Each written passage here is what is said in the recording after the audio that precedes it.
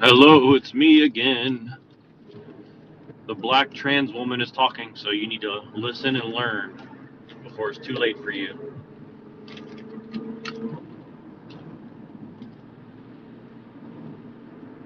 Probably my audio is not even good enough for you to understand what I'm saying. You don't even understand the words that are coming out of my mouth.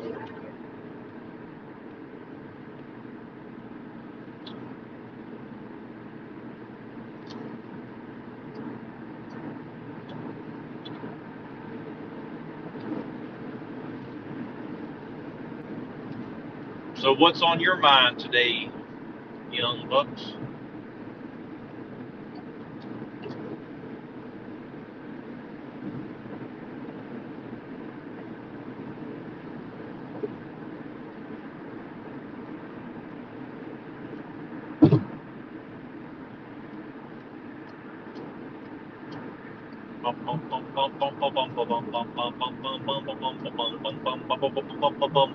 Let's see who's coming by today. Probably nobody, but that's okay. I don't care. Or I do care. I'm actually pleased. Stay with me. I'm scared.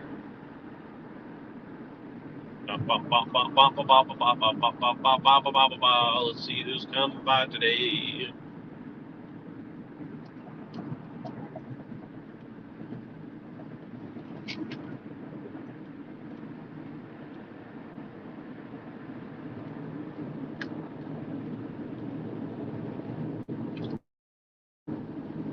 So I don't really have much to talk about, to be honest with you, whoever you are watching this. I just know that I'm on the highway being tailgated by an unfortunate person.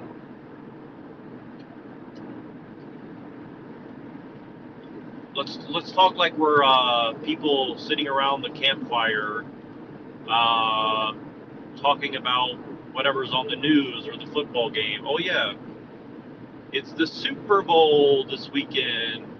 Did you guys buy your $5,000 tickets yet?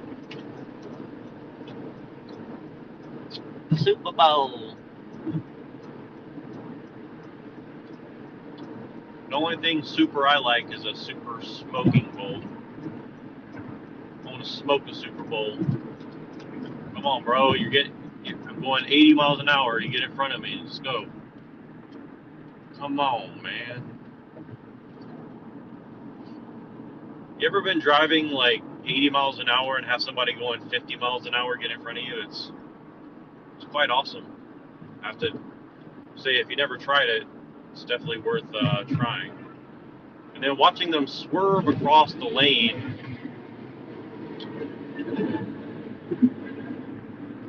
and riding on their brakes, it's pretty fabulous, I have to admit.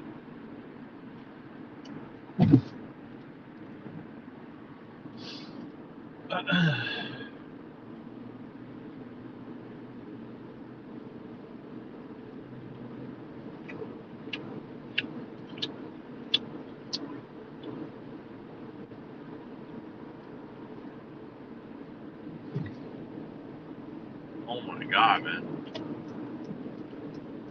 This guy goes 75, then 60, then 50, then 80. Just gotta love it. You gotta bop, bop, bop, bop, bop, loving it, right? But yeah, who's gonna watch the Super Bowl this weekend? Honestly, I wish I could watch the Super Bowl and just feel normal. I might try it.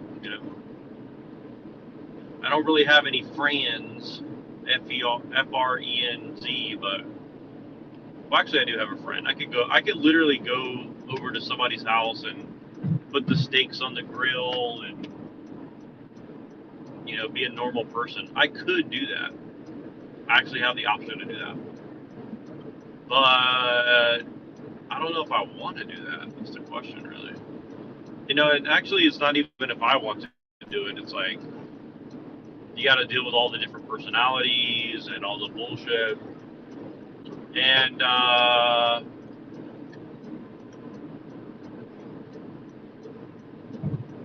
yeah,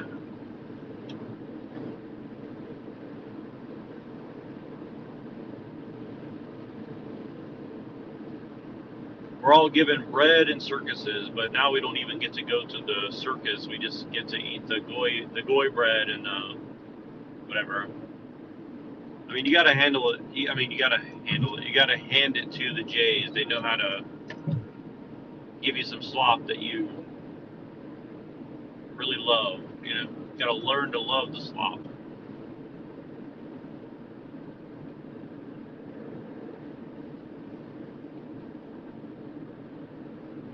Nobody wants to learn from the black trans woman today. I'm a little bit disappointed in all you guys. I'm going to come to your work and shame you in real life, get you fired for not being woke enough.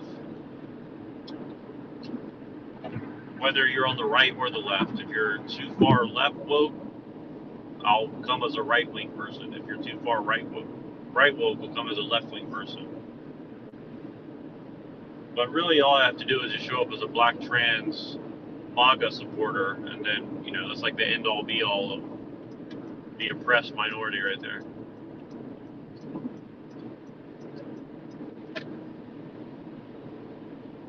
Alex Stein hacks and crashes my stream. Owen Schroyer and Alex Stein.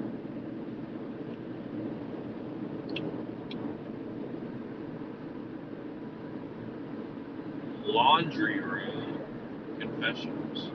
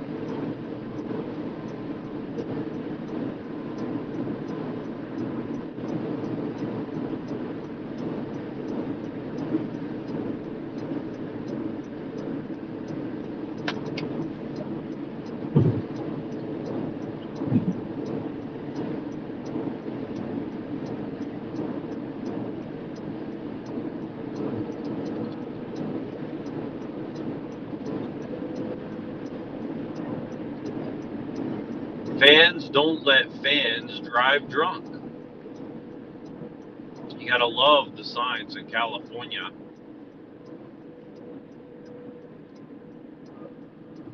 Don't worry, the people don't drink and drive here. They smoke and fly here. Machine knows what I'm talking about. Hopefully not. Drink or drive, or smoke and fly. Yo, what's up, man? Blessings. What's up? Thank you. Yeah, what are you doing, man? No, I'm just rambling to myself about Super Bowl and I don't even know what else I was talking about, honestly.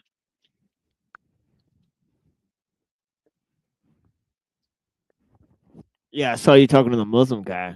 Did you glean anything from your conversations talking to the Muslims? I mean, it was like if it had been a back and forth, I thought it would have been really interesting. It was just like it just wasn't a back and forth, but definitely I got a very weird vibe from him. Like, I kind of knew it before I went up, honestly, but I just wanted to see for myself, like, that's the first time I think I've been on like an actual. That I remember, it's the first time I went on like a overtly Muslim panel. So I'm more interested in what you think, because I was like, I was just trying to be nice, but then after that, I just started like kind of being a dick to him. So I kind of figured he was gonna drop me, but I was like, it was just kind of, I just could tell that he was not interested in what I was saying at all. So I'm more curious what you thought of it, because I don't know, I didn't really. I honestly, I felt like I wasted 40 minutes of my life and I'll never get back, to be honest with you. Yeah, that's why I didn't call into the Raging Tomato. Right?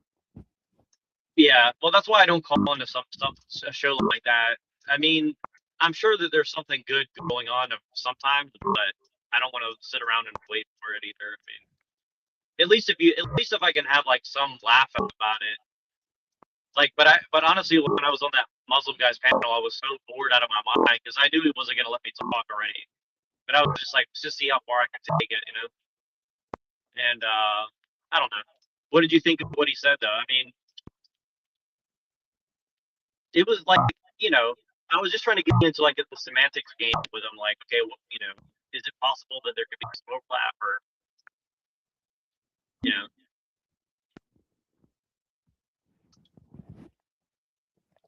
Yeah, it seemed like he might have been more ready to hear you than the Charlie Kirk people, right? The black people that were talking about Charlie Kirk, Oh they yeah, were dude, that was super hilarious. abusive towards. They That were was super abusive crazy. towards you.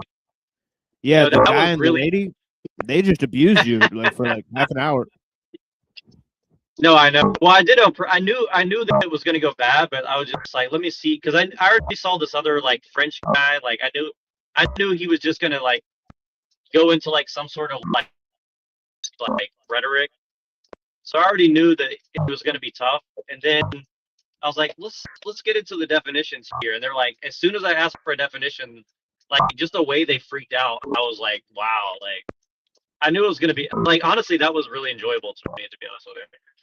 Like I think that's one of the best appearances I've ever done on TikTok because it really shows you like how they're like. I think all these people are academics. Like you could tell with the link, like they're trying to act like they're just normal people, but then if you see the way they talk, they're not. They're very clearly not just like an average black person, right? Like they're not like dude living in the projects or dude living in even the suburbs, right? Like these are like some sort of like college educated, you know, I don't know what they are, but I definitely got an impression that they were not just hanging out, right?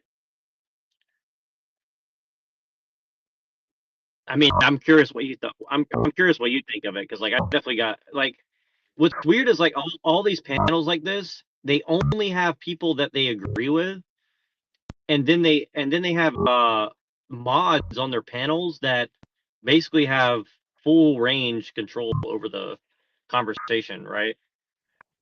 And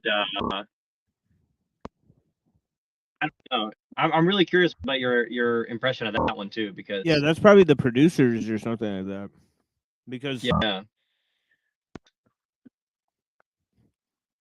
I'm glad you yeah, watched it because honestly, I was doing that and nobody's watching, and I was like, maybe I'm just wasting my time. But it is. I'm not doing it for no reason. Like I really do think there's something to find out doing that. You know?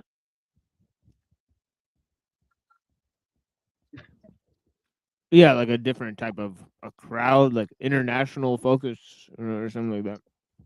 Yeah. Well, there's a bunch of panels that are like overtly like a bunch of Arabs, a bunch of Israelis, a bunch of like South African. I mean, like it is very international for sure. And there's definitely like Mossad and IDF and shit like all over that, like for sure, like 100%. But Right. Like there's also that's one of the issues with it is that like you can't say Zionist on there. You'll get banned for saying Zionist. I heard. I said the word autism, and they're like, "You can't say that on the panel." I was like, "Really? You can't say autism?" Okay. I was like, "Okay." Right. You can't say a lot of things. It's Well, heavily censored. and what I noticed for sure is like it's very much a training ground for newspeak. So it's like really they're teaching young people how to speak in newspeak, right? So you can't just speak plainly at all. You have to always speak in code. You have to always speak in like riddles and yeah. That's really the worst part of the whole thing, in my opinion, is that you just cannot speak frankly at all. You know, that's really the main thing that I found out on TikTok is that they're teaching people this like new English language thing or something. You know, at least that's the way it seems to me.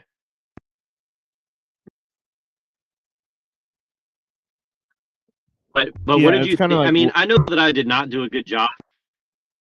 Oh, go ahead. No, I was just saying I know I didn't do a good job of like actually speaking to them, but um, I knew no, it I think you wasn't did going to okay. go one way, so I didn't really try that hard. So. Yeah, I think you did all right. I mean, it was more entertaining. You know, it was very entertaining to watch for sure. So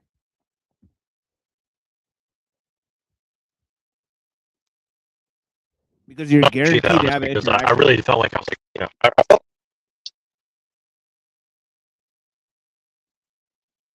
yeah. Honestly, I'm surprised they let me stay up as long as they did. I honestly thought they were going to kick me off like way sooner. And then I could tell there's like as soon as I started to get into definitions, I could tell they were really upset by that. Like they're like, oh no, like you know, and I kind of figured that, but I did not expect them to be so obvious about it, right? Like that's what I did not expect them to be so overtly like, you know, oh, what are you trying to say by asking for a definition or something like like I was really surprised by that more than anything.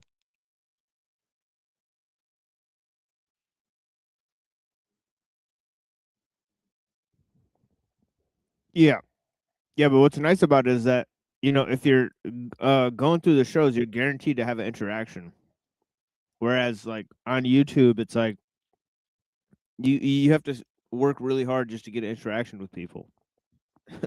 Yeah. Well, that's why I'm doing it is just to see like if there's any real people, like I said, I wish I had recorded the first one I went on because I went on this panel that's like a MAGA white guy, and he knows about like Dorita and all, Dorito, whatever his name is, the postmodern stuff a little bit, but then his panel always devolves into like this like really bad white nationalist guys who are just basically saying as much anti-Jewish stuff openly and as stupidly as possible.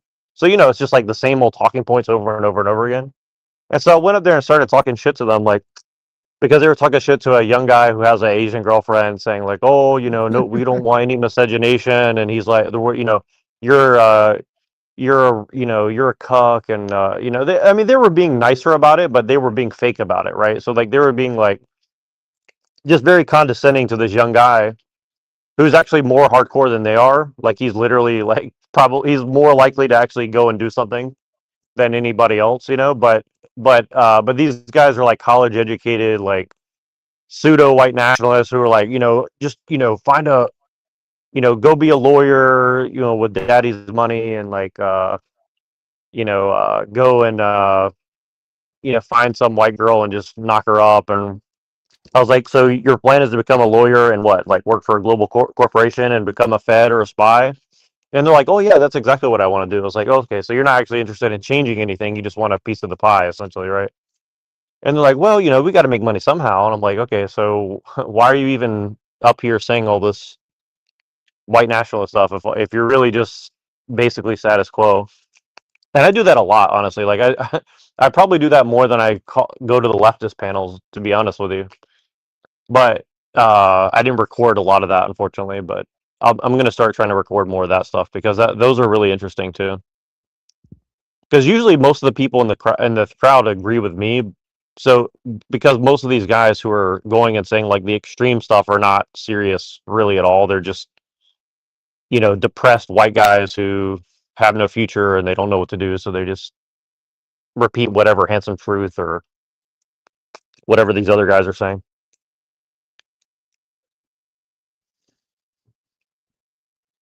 Yeah, the Juiceable is live with Tim Cass. If You you gotta want to watch share the it. screen, yeah, share the screen. Let's watch it. Let's do a little scouting because I just saw a bunch of stuff come through. Owen Schroyer said, oh shit, I didn't mean to do that. Owen Schroyer said Alex Stein crashed his stream, and then I saw somebody else say something else was live. Let's just do a little scouting because I'm gonna be busy in a little bit. I just wanted to do something and open it up for whoever wanted to show up. But I got like 30 minutes left, so let's see 30 here. minutes. Well, I mean, I'm For gonna leave sure. it open as long as people are here, but Yeah, I'll yeah, just be yeah. like in and out. I'll Yeah, be I in mean, and I out think like it'll usual. just be me and you, like in 30 minutes. So, like, maybe we'll just shut Probably. it If down so, I'll if just shut it nobody down. shows up. Exactly. Yeah, Yeah. So I'll be right back. so Just go ahead and share your screen. I'll be right back too. for sure.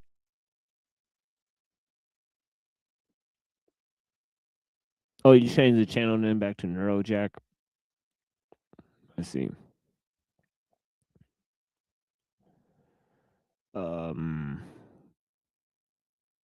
Okay, so where's the Juiceable now? Oh shit! It ended.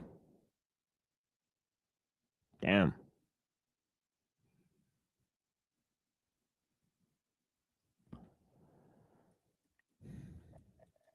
Is Timcast a channel? Timcast IRL is a channel. All right, let's see if they did this with Andrew Wilson and Rob Noer. All right, I found the video anyways. So yeah, I'll just have to skim through this video. I don't know what the fuck is going on.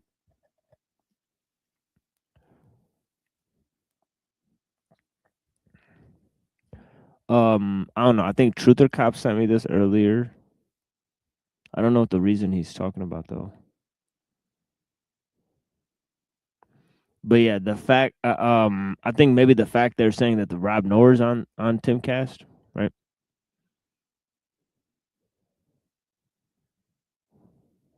So the Panelverse wallet on the App Store. My friends, you got to check it out. They can cancel Panelverse patrols. Okay, let's get to Andrew Wilson here. All right, here he is. Android Shilson. We haven't learned By the way, this is uncomfortable laughing, ladies and gentlemen. we disavow. You might think that we think that things like this are funny. They're not. They're not funny. No. They're very serious. Yeah. And we're laughing because of how uncomfortable. It's more funny, strange. It's not funny, haha. No, it's funny, weird. Like that's funny. No, I think it's absolutely hilarious, and I think we learned the lesson with Roseanne. Like it didn't work with Roseanne, you know, when she went after Valerie Jarrett. Like the fact that Trump couldn't see that, or at least his staff, they couldn't see that lesson learned. Like, yeah, it doesn't work. Oh yeah, yeah, it doesn't work. He totally needed to stand by it. I think that's why people voted him in. They wanted to see more of this this humor. Look, in all seriousness, it's clear what happened was, first off, the video is about like sort of the 2020 election being stolen, which gets into the Fulton County stuff, which is a serious issue. Okay, yeah, if there's a criticism to be made of Trump, he'd be posting stuff without watching it the whole way through. One of his staffers is watching the video, scrolls at the end. Like if you're watching X shorts and the next video pops up, that's what happened. So it wasn't intentional, but I don't give a shit. I find it to be hilarious. Some people would find it hilarious, not me, because that would be really bad if someone laughed at this. I also thought it was uncomfortable that they had Michelle as the ape and Barack as the chimp. So like Big Mike was the bigger of the two. Yeah. And that's very not cool. Oh, okay. So they're talking about this monkey thing. So I don't know if you heard about okay. Yeah, I saw like a screenshot of it, and I guess Obama and I guess to fill the audience in, Trump posted a tweet with Obama and Michelle Obama as monkeys. Yeah. Right. Yeah, that's actually really funny to me because not that he did it, but just the way that like everybody just reacts automatically. Like everybody's got like a knee-jerk reaction to it. Because I didn't even see it, but I just saw all the rumblings without even really checking any social media. Like it all just came across to me, and I'm like, okay, like, you know, like in notifications and stuff, and I'm like, so this is the new like thing all of a sudden. It was actually Bjerknes did one saying what's behind Trump's racism towards black people, and the one he did last time is how Trump wants to kill all of us, you know, for the Jays or something like that. So I don't know, it's just really interesting to me that everybody's got like their talking points ready to go in like 5 minutes, you know. Like a tweet goes out, everybody's got their fucking talking points. Like, okay, here's what this means, and here's whatever. I mean, I don't know. It's pretty weird. And like how that's the news, like all the stuff going on in the world, and like, you know, I mean, again, you know, it is the leader of the free world allegedly. So, but you know, but still, it's like it's just like a picture or something. I don't know. Yeah, I'm but sure there's some like biology behind it or something. Right. But like, isn't like the official account controlled or something like that? I don't know. Well, Owen Schroyer did a video a few days ago, and I don't watch everything he does, but for some reason I clicked on this one, and he was saying like the guy who runs Trump's like social media is like this weird, creepy guy, and because he was talking shit about Owen Schroyer, saying Owen Schroyer is like, you know, he said something bad about Owen Schroyer, and then Owen Schroyer said something like, this guy's just a cuck, and then he showed like a letter that his wife had sent him when he bought some of her artwork or something like that. It's really weird. It's like, well, your wife thinks I'm great, so whatever. So apparently, what the fuck? yeah, well, it was pretty weird. It was like a weird little thing. But again, this is what I'm saying is like, there's something very weird going on where, like, so here's what I've noticed overtly, and I'm just stream of consciousness saying all this because I don't really know what's going on, but because I haven't really looked that deep into it all the way. But what it seems like to me on the surface of it is that all the left-wing people are now pretending to be right-wing. They're using the right-wing talking points, and now all the right-wing people are now using left-wing talking points. So like in just the last like month with the Epstein stuff coming out, the right wing is now like communist, and the left wing is now like fascist, but pretending that they're communist instead. So it's like, it's really weird. Like, it's kind of the fruition of all this like postmodern stuff in a sense where, and then DPH just put out a video talking about with Peter Hears talking about how, Nick Land was possessed by demons and he's the architect of all the AI. And I don't know. It's like again, I'm just like looking a little bit on the surface and finding all this stuff. So I don't know what's going on. It's just bizarre on every level to me. Like, I don't know but I definitely have noticed that there's like this weird like pseudo communism on the right that are using like leftist talking points, and then the leftists are using like right wing fascist talking points, but from the left, where they're like packaging it in like leftist terms, kind of. So I don't know. It's hard to describe, but I don't know. It's very, very, very weird. Like, I don't know if you saw this. Did you see that thing that I sent you earlier where it shows like Dyer? Somebody said that like the Epstein files are like a Democrat psyop or something like that, and then Jay Dyer's response is like "fuck you," essentially. Yeah, what's the deal with that? I don't know. But I don't. That's kind of what I'm getting at, right? Where like, there's not really any debate about like what do the Epstein files actually mean and how reliable are they overall, right? Like, because again, the narrative is Epstein created the entire right-wing anti-Semitic movement, and he was literally like running it from 4chan and Reddit and whatever else. I don't know. I literally never went to 4chan or anything, so I don't know what all those things are, but they're basically saying that like Epstein engineered the entire alt-right, basically. Which I'm not saying is like outside of the realm of possibility, but it's like, okay, so what does that mean then? Like, if that's the case, what does that actually mean, right? Because you would think that then the left wing people would have to say, oh, well, it was the Israelis that engineered white people to look really bad. So the whole neo-Nazi thing wasn't even real. But they're not doing that. What they're saying is that, oh no, Epstein did all that, but it's totally real too. And so white people are even more to blame because like a few thousand people on some forum controlled by this evil, PDF file person engineered the whole thing. You understand what I'm saying? It's like it just doesn't make any sense on any level. It's like, and again, remember, these are the same people that were calling anybody who criticized Israel 10 years ago, a neo-Nazi, and you needed to like basically get, Robespierre in the middle of this town square. You know what I'm saying? So now they're the ones who are anti-Israel, and anybody who questions that is now needing to be Robespierre in the middle of the street, right? So it's just like there's a now all Nazism and Israeli, pro-Israel stuff is now conjoined into one thing. Does that make sense? I don't know if you've seen this, but this is kind of like what's happening. Oh yeah, yeah. I've seen examples of what you're talking about for sure. Yeah.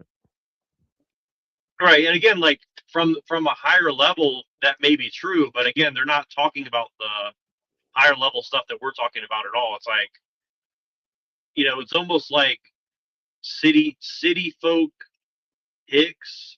So what I mean by that is like, well, I know that these daggone Nazis, they got run by the Jews over there in Israel, but daggone, that's real, and I believe it because I saw it on the news, and I got all these files. I got the documents, just like Alex Jones said. But Alex Jones is still a neo-Nazi, but he was right. It's like, you know what I mean? But they're saying it like in like an NPR voice rather than say it in that voice, But that's just like how retarded it all is, Right. So I don't know. To me, it's just ridiculous. Shit. Yeah, let me go to a different part of this video here. This meme. YouTube Premium is. Yeah, like this meme was pretty crazy, honestly. The meme thing. I saw them talking about it on NPR today. So yeah, so I saw like some of the examples of. It was pretty funny, but that through comedy, through being weird, but yeah, I got your back in Hell Divers. Like tramps. Like tramps. All right, guys, let's move on to our next story. This is facing felony. Okay. So I got in right at the perfect time to go to the next story. So let's see what else they got. His Justice Department. This comes from Fox News Politics over on X. Justice Department charged 158 Minnesota anti-ICE protesters with obstruction, assault, and FACE Act violations, crimes carrying up to 20 years in prison. AG Bondi warns that more arrests all right, are coming. Do we have a video with that? No, on this one right here. Oh, we got this article from this as well. Yeah. So nearly 160 people arrested for impeding, assaulting federal officers in Minnesota last month. Board Czar Tom Homan said drawdown in federal agents will happen when more Minnesota counties cooperate and if people stop interfering with federal agents. Quote, if you violate the law, you will be federally prosecuted, Homan said during a press conference on Wednesday. Is there anything new going on here, though, really, Rob? No, I mean, okay, it's good news that they're finally arresting some people. Wow. Woo! We did it. This is the Republicans in a nutshell. That's wild. All right. Like, so I remember when Roger Stone is this on Tim Pool's show? Yeah. It says down here 2.71 million Timcast IRL.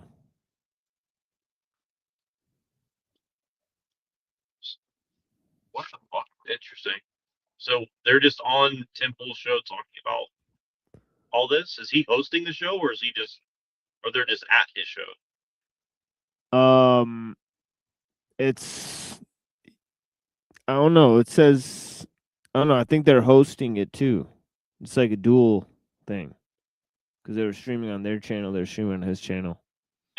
Interesting. And obviously, he brought Rob Noor to the show, right? Or maybe Rob Noor brought him. I don't know.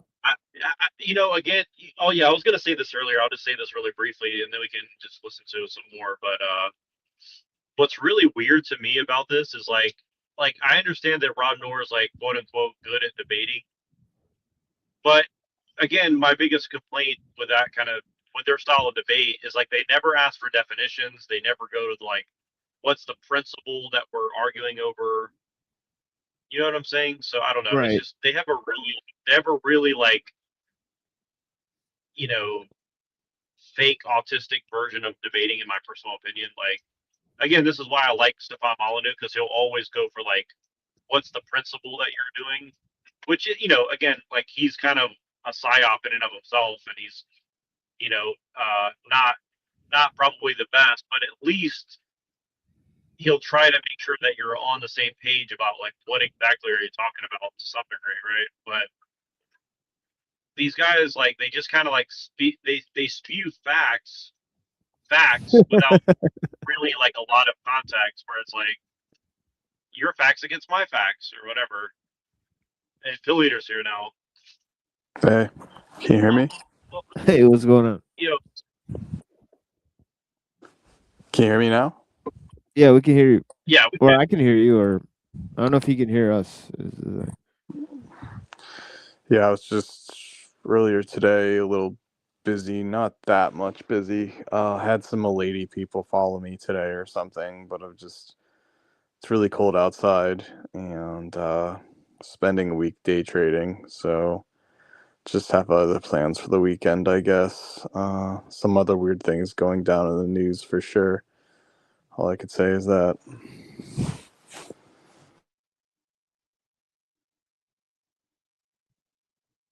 well, we were just talking about how like the left wing is now the right wing and the right wing is now the left wing, and everybody's like the Epstein files prove that Epstein was running the alt right, yet all the left wing people are still treating the neo Nazis that they weren't tricked by the Jews because they're all just white people or something. Did you see? I sent this through Telegram. There's a Canadian Substack writer, and his name is David Pulaski, and he was just on X being like, "Well, Polanski. Yeah, David Pulaski or something, David," and he got this tweet on X that was like, the reason why they censored David Foster Wallace is that they didn't want strong men reading books. So they had to cover his tracks in order to make books a feminine industry. But if you look at Mr. David Pulaski's background for his writing for Canadian magazines, as far back as 2019, he's saying that Canadian liberals are promoting anti-Semitism because he's Jewish, and so then he also writes like why liberals need a nation. So just like what you're saying, if the left is the right and the right is the left, they've already been planning this 6 years ago, saying that nationalism is just a Trojan to get liberalism in. It's especially good for any Zionists that want the state of Israel. How can you have a cosmopolitan society without having a nationalism for Israel? And you top that all off by being a pretentious, the reason why they would be pushing David Foster Wallace is they're trying to say you can have your liberalism if everybody's educated, right? And that nationalism isn't so much a nation of closed-minded, Philistines. It's quite the opposite. Nationalism requires high IQ cosmopolitanism. Well, Arbull was talking about Mark Fisher on Tucker Carlson, and these ortho bros were like replaying it. Like I think DPH was replaying it or something, talking about how I think it was them, but yeah, I'm saying something about how like Mark Fisher is really important, and that's kind of like I think it ties into what you're saying about the David Foster Wallace. Mark Fisher has always been a Trojan too, because I'll tell you this, even back at Rosemont College, part of Villanova University, 10 years ago, they were pushing for my senior graduate project for getting a, English major in communications in 2015, 2016, that I would say Ghost of My Lives by Mark Fisher and his concept of, capitalist realism and his version of ontology, which doesn't make any practical sense. The reason why they like Mark Fisher so much is that he was from the Keswick School with Nick Land. And a lot of those people were just liberal arts majors. In fact, Mark Fisher's background, when he had a PhD, was visual culture. And one of his last interviews he ever done was with Roger Scruton, the famous conservative writer. So to have Roger Scruton and Mark Fisher in the same room before his suicide tells me a lot of what they're really trying to do. They're trying to make a passive liberal de-radicalization, capitalist realism. Stop overthrowing capitalism. There's nothing you can do. Here's chicken soup for the soul. We should have acid communism. Tune out. Get high on drugs. Imagine what you want. Listen to music. Be a false form of misreading of Derrida to provide your own teenage lifestyle. And anybody could be a creative writer. these kind of Fox type of Nick Land writing. You could say that Nick Land, who was just in San Francisco a few days ago, supported by Palladium magazine with other Wolf Tivy and some other rich kids. I don't think Sanjay was there, but for them, for Curtis Yarvin and Nick Land in the same room, they know what the purpose of Nick Land is. It is basically the synthesis of Mark Fisher and Roger Scruton together. It is another Keswick School operation to, it makes sense. It is embracing transhumanism, but it's trying to save face by creating this kind of, Nick Land calls it a hyper racism of sorts, or some kind of, the only way you could save things is if you accelerate its death of sorts, and that. So is that kind of why they're doing this whole like hyper racial nationalism thing? Right. Because well, my argument has always been like, and I didn't really have the words for this, and I would like Machine's opinion on this too. I think it's something that we've been talking about on the peripheral of what we've been talking about for 3 years. Is that it's like they always push for like a nationalism, like, well, you need to get together with your groups as a tribe. But then when you say, well, we need a state and an economy and a culture to go with it, they're like, no, no, no, no, no, no. You don't need power or state or economy. Right. You just need national. That's the sad news. That's the Malthusian part. Or live your best life, as the liberal mantra goes. Everybody's in their own race, and you don't have to race further. Stop competing. Enjoy life. And they try to reduce everything down to say, I'm a free man. I'm a free woman. That's a promiscuous woman. That's a man like Andrew Tate. There's men and women. And kind of these divides that people naturally follow to maximize. It's kind of like what's happening to Zoltanis in Chicago or Thomas 777. They care more about the subculture than the action. The action is just a scapegoat to make their lives more interesting to a magnified liberal society written by John Waters. And, again, who are the major figureheads for the far right? Richard Spencer, Greg Johnson, Jared Taylor, and two of them are gay liberals. I mean, or at least Richard Spencer has a daughter, but Jared Taylor seems, as Michael Colin Piper wrote for American Free Press, there seems to be some honeypotting going on to make sure these are what you care of nationalism, that you must own things, and the proprietarian logic of Kurt Doolittle. Well, think of it like this too. Like who does John Waters hang out with? Bam Margera, Johnny Knoxville, Spike Jones. Right. You know what I mean? Shook Jeff Piller's Tremaine. hand, shook Piller's hand at 2022's SVA graduation. That's first degree, So, I mean, the point in being is that, they talk about this Gramscian game of pushing the overtone window. And, My Little Pony is going to accept white nationalism. Well, what does that mean? Does that just mean you could be left, you can be right, but so as long as white genocide is off the menu, that's all you care about? And so you're okay with everyone getting AIDS and dying. It doesn't matter. It just means we don't want to die as a team. And so this never was about racial preservation. It never was about extending good values. It was always existing in a society that perpetually hates us without diagnosing why it came out in the first place, which was the meta-ironic ideal of transhumanism. And, that's not being heard in white nationalist circles. In white nationalist circles, they're just talking about the aliens, other non-whites trying to rape their daughters or something, and having race riots, which they never do. And then if they did, they would be victimized as all white people are bad.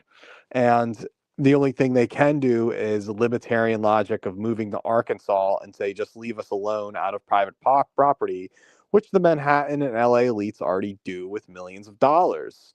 So it doesn't solve the issue of an inherent, back to Fisher, capitalist realist project, or that, it's not saying the fate of a declining capitalism like Frederick Jameson would be saying. And there seems to be a lot of holes in these 10 to 20-year-old arguments stemming back from William Pierce and George Lincoln Rockwell that are completely unresolved. People want to be like Zoltanis and role play the James Mason siege subculture, But then you find out that that's Antifa, that it's very similar of a 1980s white kid doing drugs, getting a mohawk, and getting AIDS and dying. That was uniquely white genocidal cause of hedonism. And that seems to be reinventing itself in today's post-capitalist society. Again, I take a very dialectic, materialistic view of what's going on here, but I do think, okay, it doesn't even, it's like we acknowledge race is real, that there's a difference between men and women, but instead of solutions, it's just liberalism back to living our best life. It doesn't really solve anything. It's not like we're hating the thing that oppresses us. And I'm starting to believe the liberal now is so smart that it flirts with our enemies or pretends to be the opposition when it just wants to honeypot us.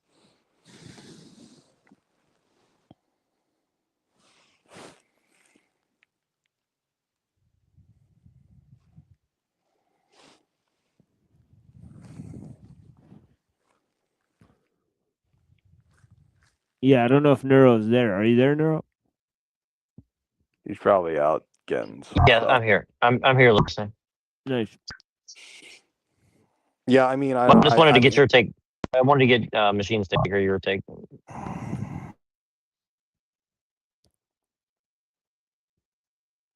Yeah, definitely. Yeah, I mean, it's interesting how like like the Discordians and the Accelerationists, they kind of want the same thing. Like like you have like the the temporary autonomous zone, like the pirate utopia. It's kind of the same as Mencius Moldbug and his like patchwork thing. Right. So I think it evens out. Because like what they want to do with accelerationism is like create these subcultures and like time magic. Like the hauntology is all about like using time as like a weapon, so on and so forth. It uses nostalgia for the worst points. Right, exactly. If that's the problem with hauntology. Here's the problem with hauntology. It takes English deconstruction and assumes the literal meaning that there's a ghost haunting Europe and the ghost is more important than what Marx ever said. That's the unfortunate part. And if you actually, but here's the thing, you can debunk hauntology by saying, well, actually, in its original German, it was a hobgoblin. So you should call it hobgoblin ontology. There was no ghost. That was just a English translation of sorts, like a King James Bible version. Because you deconstructed the test to mean that it's a spirit and assume that communism was primitive and that it always existed in pagan times, that it becomes this almost reactionary position, like being Amish or a monk or something. So how come they always, in Derrida style, nonsense, they're like, well, if you hear an amen break, that's hauntology. And if you hear a jazz solo and it's slowed down, oh, that's also hauntology. When did it start to invade music, as supposedly we have to assume the origin of the sound is the past, like it's this some creeping effect?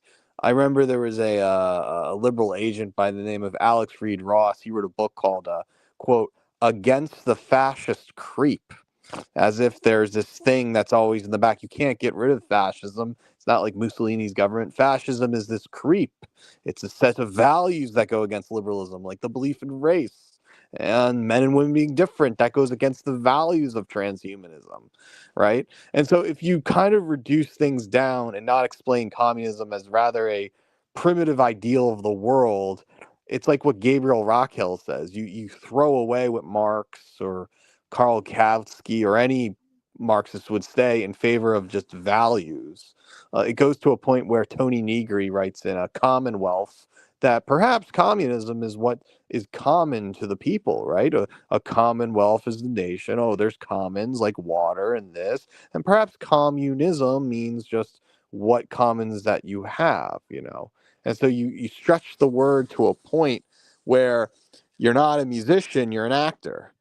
And that's always been my if about it. If somebody makes generic music, they try to stretch their talent by saying, "Oh, you're listening to something more sophisticated than this." It's kind of like, Ralph Costa wrote in A Theory of Fun. He said, "I'm not a game designer. I'm a teacher." Well, if you're that, then you're not a game designer. You're a teacher. So why would you ever assume games are storytelling devices? Because then there's no such thing as games. You literally deconstructed games in favor of what you think is value. So you're not a game designer or teacher. You're just role playing as that. And so this is what's happening with these kind of value systems that we're assigning that have lost a meaning. We don't have musicians anymore. We have content creators or actors.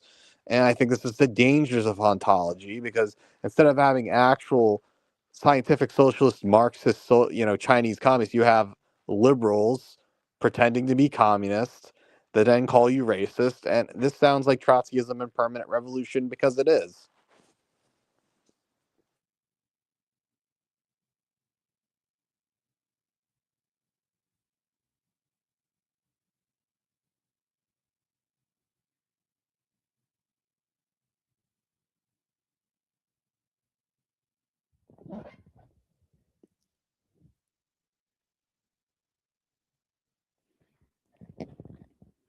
So I assume Neuro's just not here anymore. Yeah, blessings. Probably. I'll probably just play some of this. Yeah.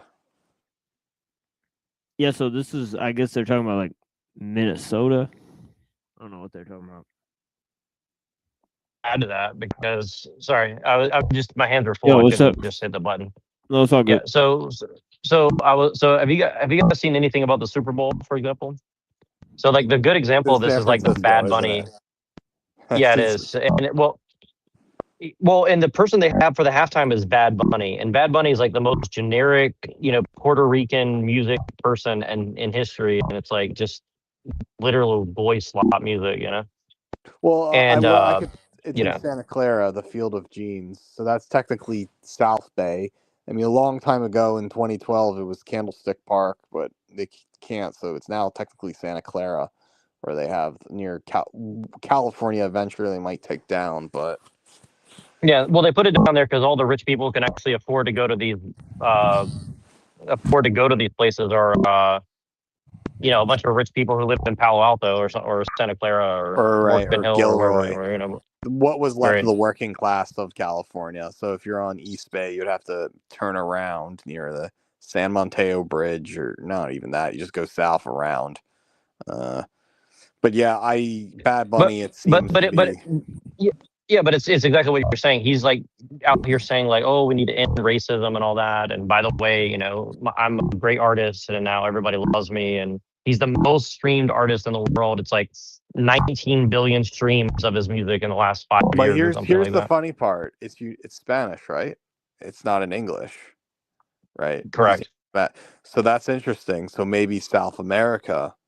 That's the funny part, where South America is that entire market, which means the numbers are inflated. They don't really represent, and so you're doing it out of this managerial cause to install it there to represent one part of the world that's not even interested in American football, let alone it should be called soccer. But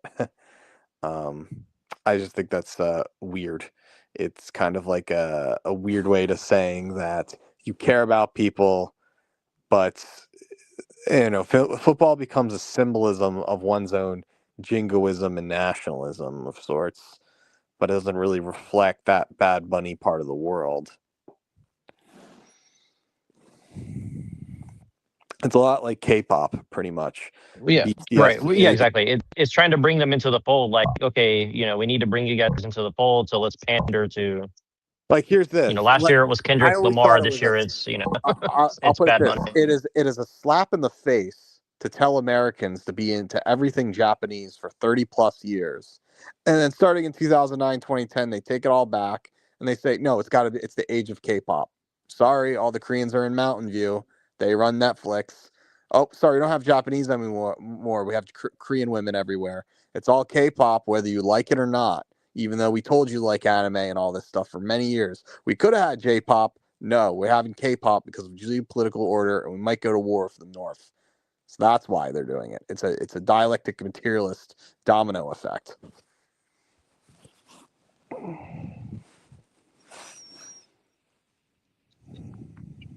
Right. So basically what you're saying is it's all just a performance to Well, it's not just like to get everybody. queer culture. It's dressed up as queer culture. It's dressed up as this is unique and different and cosmopolitan, but really there's something geopolitical happening behind the scenes, and they're dressing it up as if it's universal talent. You know, the number one reason why K-pop is in America is because of some geopolitical interest with the Korea Peninsula going on against Japan and China. That's the real purpose.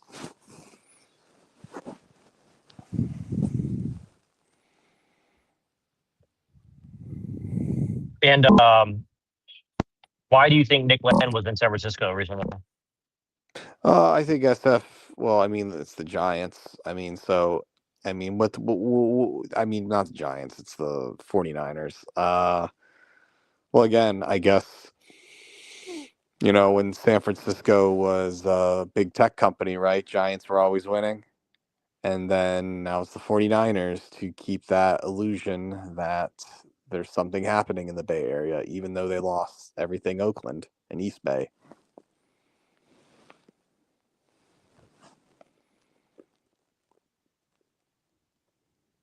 It's like this. It's kind of like New York may be the biggest city in America, but their sports teams never win anything. So they use Philadelphia as a scapegoat. So Philadelphia Eagles or Phillies wins, that is a victory for New York. You just say it's East Coast victory. So New Yorkers like to go down south to Philly for a bit, pretend it's their team, and then go back to Staten Island. Because nobody actually would want to live in Philadelphia. Well, and then all the people in Philadelphia who are trying to be movers and shakers say they're from New York, even though they live in Philadelphia. Exactly, and it's a reverse effect. It's because it's like Sacramento. You realize that Philadelphia is a wrecked city.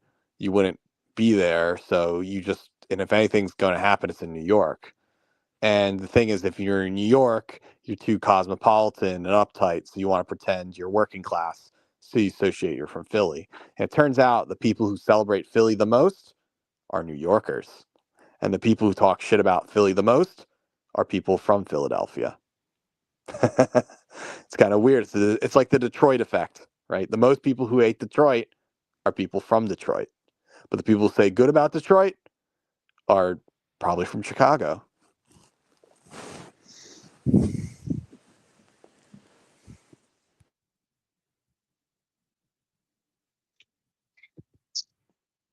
I think that's what you and Shane Bugby were talking about. Right. A lot of people who go to Chicago recently, I think Bugby pointed this out, are the people who wish New York was 20 years ago.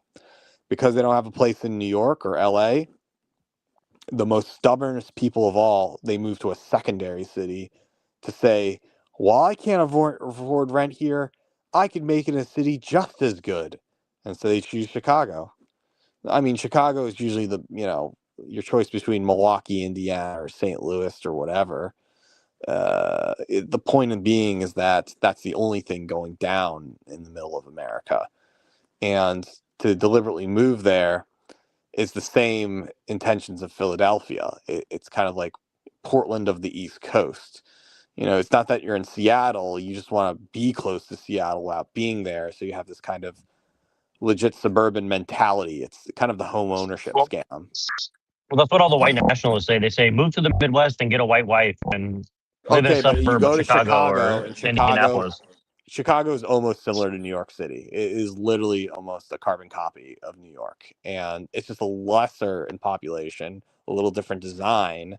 But the problem is it's the most arrogant people, and I think Shane said this too, the most arrogant people I ever met in life were people from Chicago.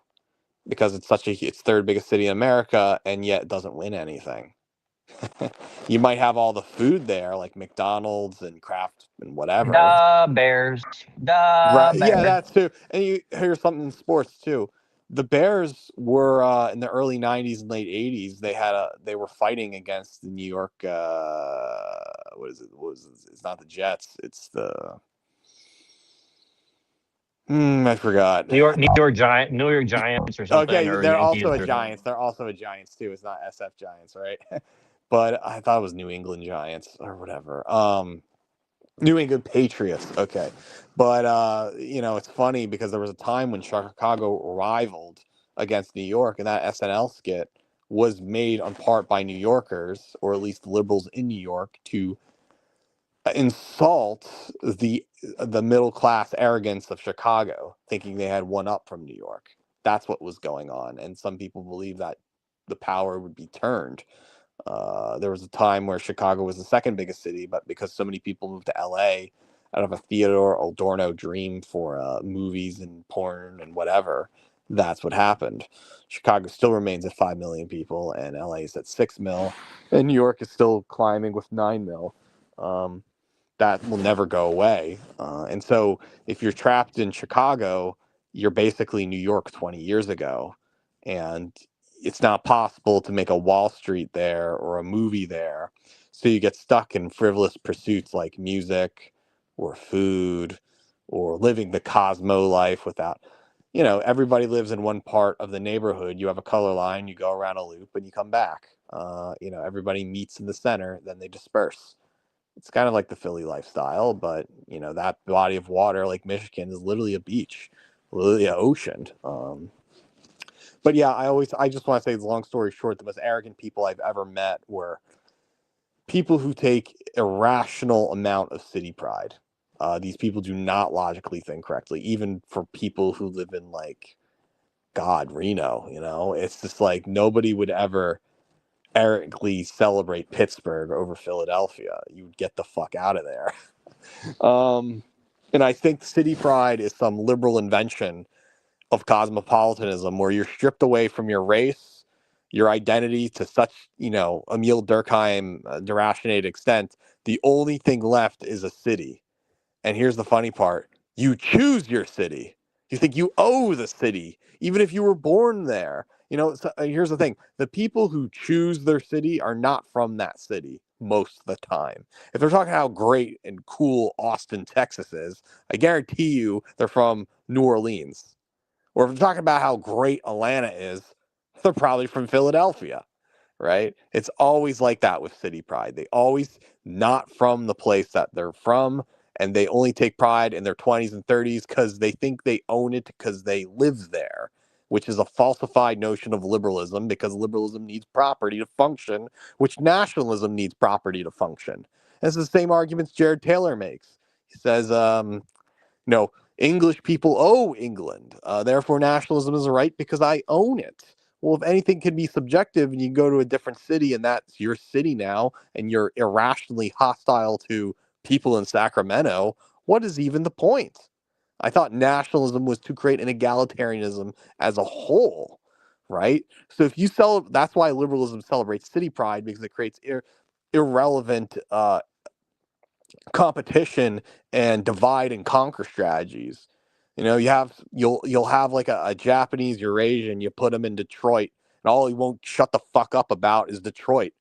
I get it. It's fucking 80% black, and it's 2% Asian in Detroit, and you're talking about how great it is with all the techno music going on. Yeah, I never understood that shit. That's because it's a lie. Because that person is better off in Bushwick. You could tell anyone that around the area. You don't want to be in Philly. You don't want to be in Boston. You don't want to be in New Haven. You want to be in the Wick. Everybody knows that. Same with that. Same with the mid. In Chicago, if you're not in Wicker Park, if you're in Milwaukee or St. Louis, you're gonna commute there. I mean, I don't know how easy it is to tell anybody this, but the goddamn truth is that it's a reflection of dialectic materialism and Marxism.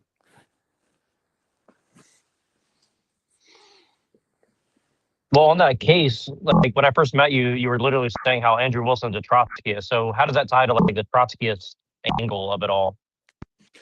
I think it's because it's permanent revolution. They believe in the first world ideals, and the first world is what? G7, America, Canada, England, Japan. They believe the third world's are problematic racist goys, and they do not have a say in the communist revolution. The only way to create communism is to educate all liberals because they're able-bodied people. You can't teach communism to a poor person. This is actually what the Trotskyists believe. You can't teach it to the masses of Indian people because they're poor and they'll might as well be racist. And so Trotskyism works well in New York, LA, Chicago, because these high and mighty people have white collar, quote unquote, jobs, writing for Vice magazine or acting in movies, kind of the things Theodore Adorno pointed out in the movie industry. The camera thus becomes you as the performer, the content creator. So revolution, the permanent revolution, only happens as long as it's in dialogue.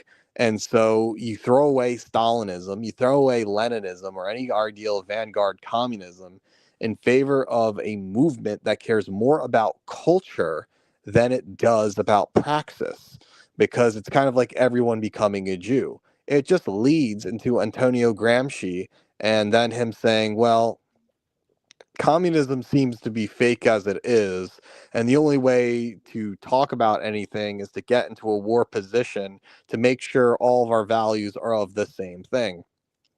Well, if everything is reduced down to this universalism, then it assumes everybody's a blank slate of sort, that you can install programs on people's blank slateism, and that people just follow for trends and we're just monkeys. And this just goes into the theories of Rene Girard and mimemic desire.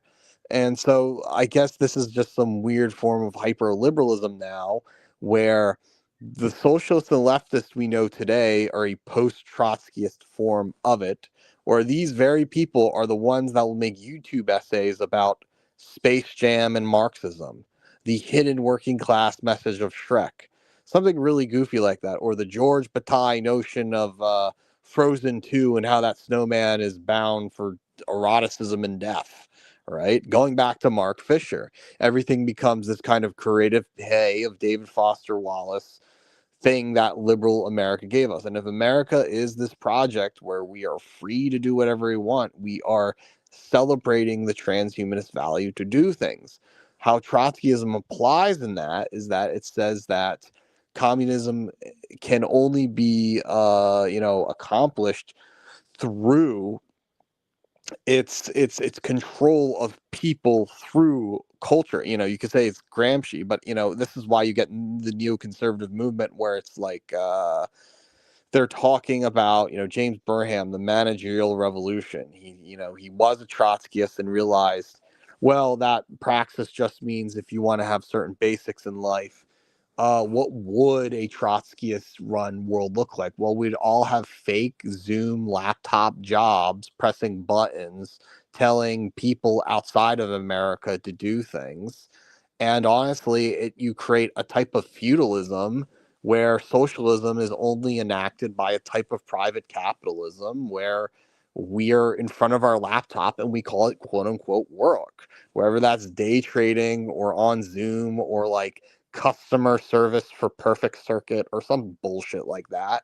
And but this is what your main income is, to put a down payment on a $500,000 house to actually own anything. And here's the ownership comes back in. I own a loft in Philadelphia. Go Birds. The most mundane, as Lenin called it, aristocracy of labor, bourgeois mindset that can't even exist anymore. It is as goofy as being a designer baby. And I think this is all intertwined in some way or another. So are you saying that Trotskyism is basically just capitalism with like a Jewish managerial class? Pretty much, if you put it that way. It's just because it's what it is. Capitalism is a transition to socialism. There's different types of schools of socialism to get off of capitalism. How Jews reacted to it, wherever you want to read in like Kevin McDonald's The Culture of Critique or E. Michael Jones' The Jewish Revolutionary Spirit, from those two major sources, you could say that how Jews reacted to it was that we needed a type of socialism that instilled Judaism while telling the goy or the goy cattle to be obedient. So you use these rhetorical terms like, permanent revolution, the third worlders, and it plays out Judaism again, but in the context that you're now fighting against the bourgeoisie, being socialist, which means the Kalergi plan, or some kind of Jew running over the goy cattle.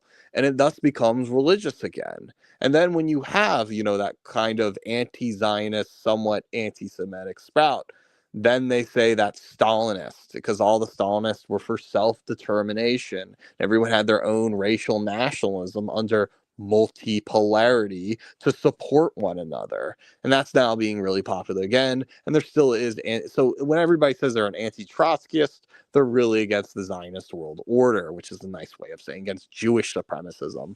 And I think, ultimately, that we can't, it's not to say that Jews are a problem here, because when European people, understand their own type of socialism, they kind of make it this like wacky value system of being free loving, highly altruistic, liking animals, things like that. That doesn't really have much of a place in, a dialogue that's, supposed to be about fixing, solving the issues of economic inequalities. Rather, the white person only cares about shopping at like Trader Joe's, going to worker cooperatives, and being unnecessarily nice to its neighbors and protecting animals. And that would just lead into this like Peter Singer bioethics stuff. That just means I'm guilty for being white, so therefore, to recycle the earth, we got to make more or less white people, which then enforces a recycled managerial state system of antinatalism, which the white nationalists already argue for. There's this whole degrowth movement going on. Peter Coffin has a great documentary about how the conspiracy behind capitalism isn't about growth. What's happening is they're trying to degrow everything. You have to use reusable bags to go shop at Aldi. It's a crime, using paper straws because we can't afford plastic. We have to use electric cars because we don't have gas anymore. You have to live in smaller spaces. You have to go in the pods and eat the bugs. That's all effective Malthusianism and degrowth. We used to have 50 million people, but now we have to cap by promoting feminism, putting estrogen in fast food, and killing off other people, so more people have less, create more mistresses, and only Darwinian people are allowed to have kids who show it under this weird Christian Judeo-Christian meritocracy. So ultimately, I see myself as a BRICS person against G7 because of all these things going on. But it just shows you that the Trotskyist ideal invented G7, what James Birmingham predicted in the managerial revolution, and it goes deep here because whoever is right wing is actually left wing, and whoever's left wing is actually right wing, promoting the same United States, let's live our best life bullshit. And they're all working for the same team if they're in New York and LA and say, I'm a different type of white nationalist, or I'm a different type of liberal. No, it's all the same party. They're collecting intel on us and they want us dead.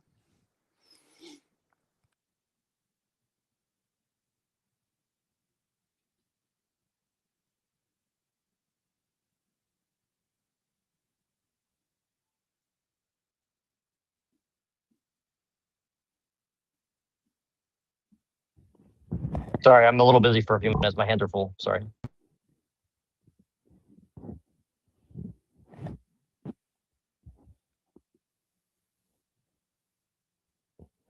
Yeah, I agree with most of what he said there for sure. Like 10 years for the same crime that we know people in the FBI committed, like misleading or lying to law enforcement. And Bill Barr stepped in and was like, no, man, 2 years. And Republicans were like high-fiving each other like, we did it.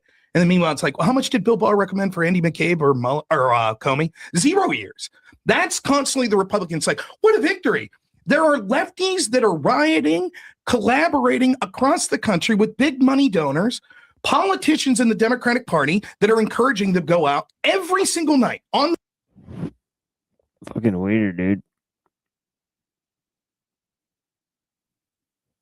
Lock them boys up. 158 people arrested.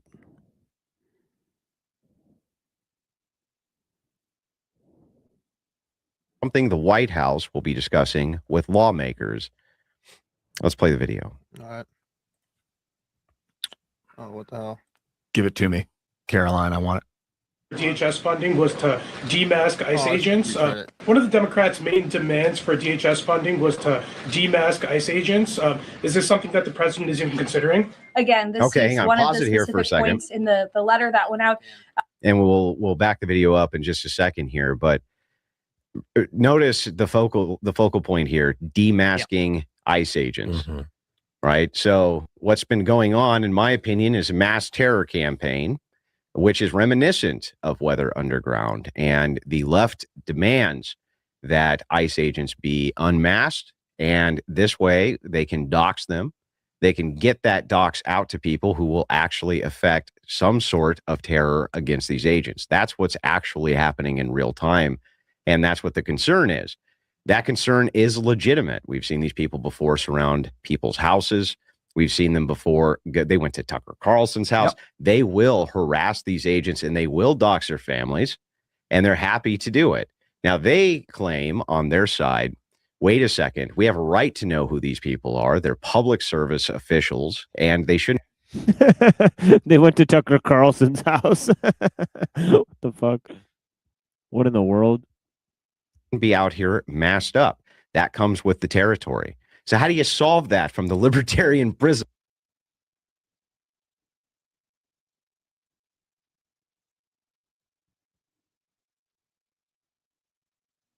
Obama monkey videos or whatever. So like, I guess I'll throw that caveat in there to you guys. I mean, as far as like playing devil's advocate, what do you think if that was their strategy? Is this a smart? It's silly. It's on its face. It's silly. They got exactly what they wanted. We got the fascist out. It doesn't matter. Deportations were going on under Biden at these facilities. They didn't care. It has nothing to do with that. It has to do with get the fascists and get the fascists out. What that reporter asked was a brilliant question. He puts it back on them. He says, look, if it's the case that now that they have a playbook and they can prove it's proven to work, that if they agitate enough, you will do a drawdown because you're going to make a deal. You've given them all the leverage. Now, Trump's supposed to be the master of the art of the deal. So how's that a good deal? You don't give the leverage over to the domestic terrorists. That's crazy.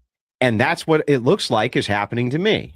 The reality is less important than the perception here, right? Because right now, if you're a person considering going on the street and rioting in, say, Portland or Atlanta, any city, right? You're like, well, did it work? Am I going to get in trouble? Did it work? Most of them are getting away with this with impunity. I could show you video after video of CBP and ICE pulling people over for obstructing them and saying, okay, you need to go home now. Every single one of those people that you let go is a riot that's occurring in the future because people are emboldened by the fact that they're able to obstruct. Holy shit.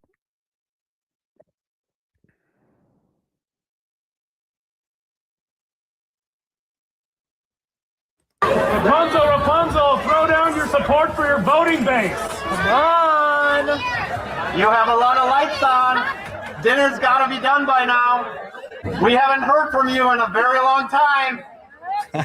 So they're not happy. They're not thrilled. They're upset. The YouTube Music app can sense what you like from the moment you open the app. Try 1 month free. Right? That there was any sort of working ads with the Trump administration, and clearly they're going to continue this. It's smart. It's smart politics on their side, right? You never want to rest on your laurels, right? So they're going to take it. Perceptually, what you want to do is say, we're winning, but we're not winning enough. We got to go further. No cooperation. I used to say this. You remember when they freaked out when Elon was buying X? You would talk to a lefty, you'd debate them, and you'd say, hey, man, 95% of social media is controlled by like rabid lefties. It's so unfair. And they'd be like, we agree that's unfair. It should be 100%. Right? That's their mentality. Always on offense, always winning.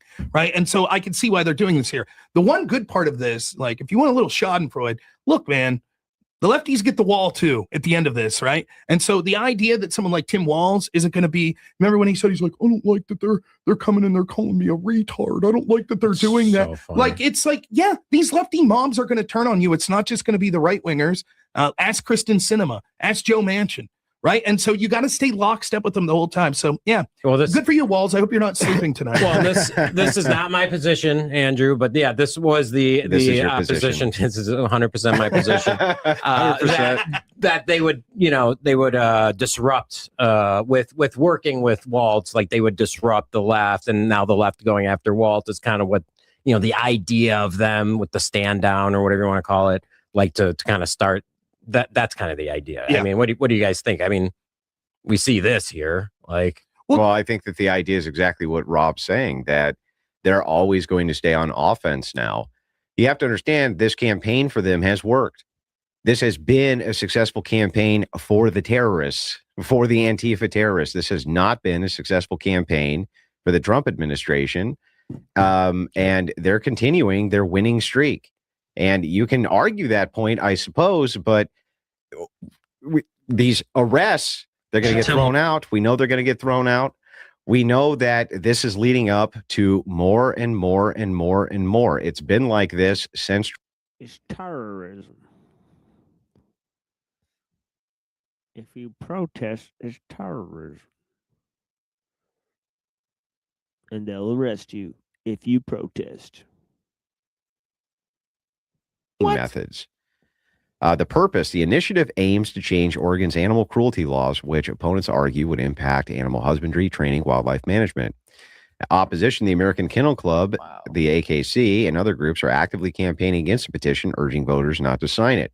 It's currently in the signature gathering phase for November 2026 ballot. Wild.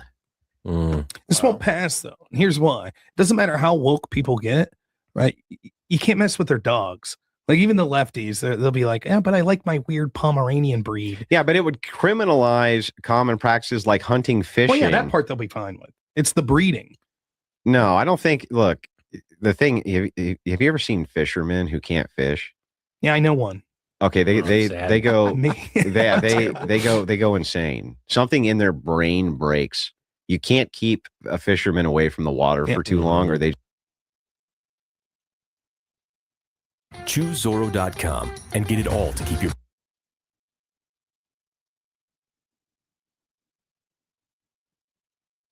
Wrong. I mean, it's just propaganda. I mean, even though I'm Wait, Jewish, so I still. those people aren't all dead? That's just propaganda, or they are dead? No, well, look, a lot of the lies are Hamas propaganda. Not all of them are dead. What It's about just the militia groups that are armed by Israel to steal stuff from the Palestinians and like terrorize them?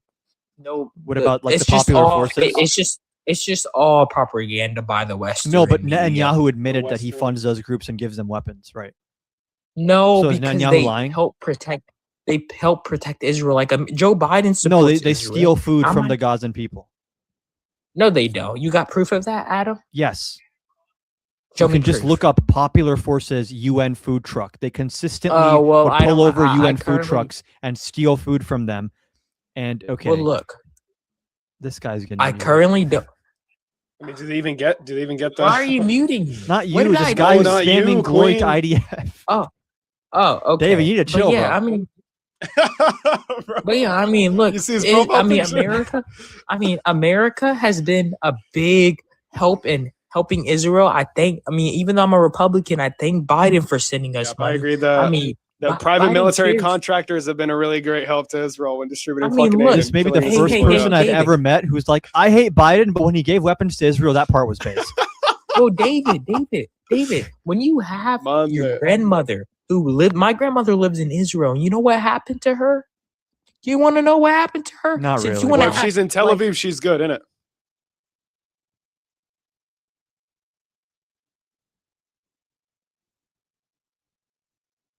So we experience the merging of real and fake in the now. And you look back in the past, they're intertwined. The fake news has become our collective history. So what we're doing is we're separating the two. Lean Dion says, is there any compelling evidence around the Epstein files? All I see are poorly written and misspelled emails like, hi, evil billionaire. I'm coming to commit more crimes with you. Yeah. Before you're like, maybe these standards that I've outlined just really don't hold up to scrutiny. And this is the good faith way that you approach somebody. What the fuck? This bitch is on Tim Pool too, dude.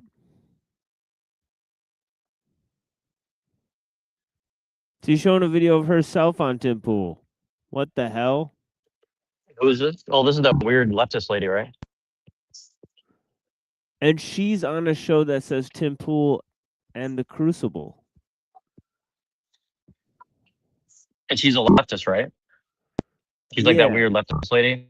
Yeah, but what's weird about this is that she's on a different show that's being hosted by Andrew Wilson on Tim Pool.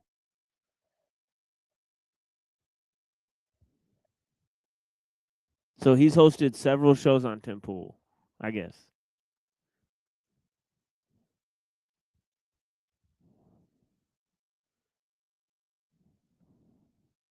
It says this one was streamed 10 hours ago as she's watching it.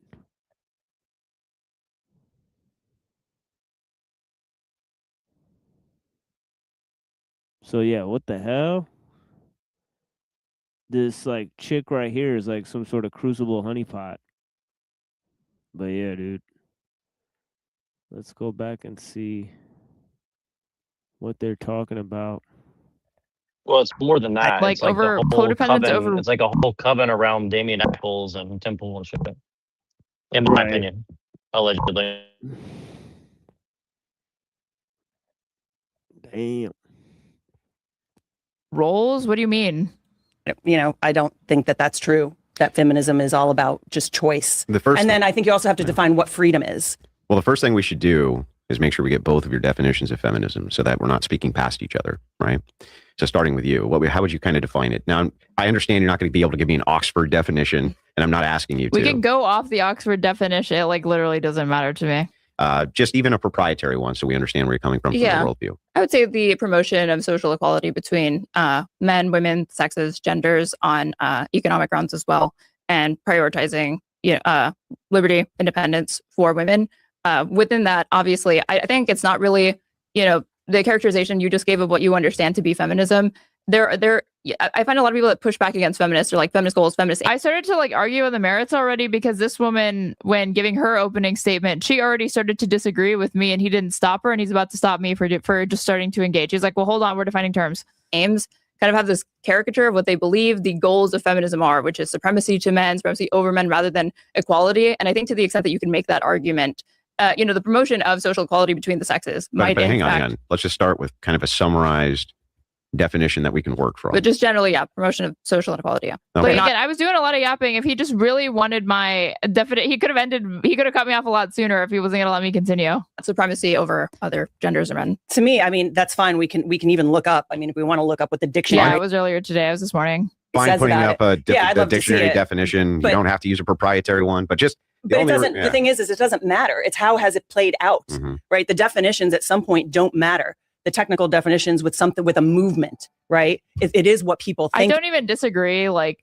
honestly, again, wholly uninterested in semantic debates. I would rather just get into the substance. And I don't think that we are really going to be debating the merits of feminism as an ideology. We're going to be like talking about discrete issues that she is going to make. Like, this is how feminism debates go. They have broad complaints about society and then they scapegoat feminism. And we could just engage on those discrete complaints. And the only thing I'm going to say is, yeah, that's really bad. Doesn't mean that feminism's to blame for it. Or you've not demonstrated. So it appears here that Wilson is moderating a debate on feminism between this hoochie mama and this other lady. That's kind of plain looking.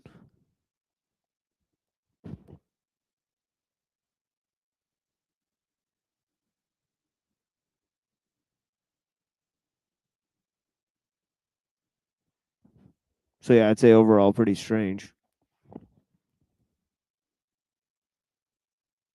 If that's the case. I think it is. And it is what the consequences to society has been. And the consequences have been taking women out of the homes, trying to, it's weird because feminism says it's for women, but what it's resulted in is women becoming more like men and almost regarding men as the superior. Has anyone like her ever argued in good faith? When you work for the Heritage Foundation, no. Sex. That's how it's played very out. Very quickly, maybe we can summarize this easily then. The official definition here, the advocacy of women's rights on the basis of equality in sexes. I think that that's up for dispute. I would just add that it's a movement towards egalitarianism, right? And the attempt to deconstruct the patriarchy. Would you agree that that's about right in summarization? I think that's important. The deconstruction of the patriarchy. So now is we've established kind of something that we can both work off of here for the purpose of the debate. I'm sorry we had caveat this a little bit, but I want to get to the heart of the issue, or we'll never be able to debate. It's like a total Ouroboros thing. So it's like, well, we need to have either a matriarchy or a patriarchy. It's like, well, again, it just discounts that that men and women have always worked in tandem on some level throughout all of history, right? So it's like, so it's got to be one or the other. It's like a weird false dialectic, in my opinion.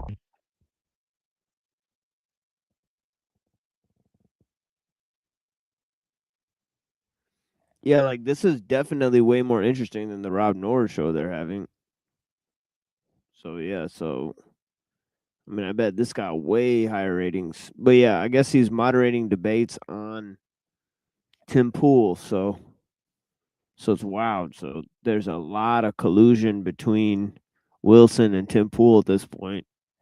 It's basically the same show. Even to segment this into 4 more complex things, is there's 4 waves of feminism up to this point, and they're all different. And they use the same word, feminism, but with it, they have a different definition in it.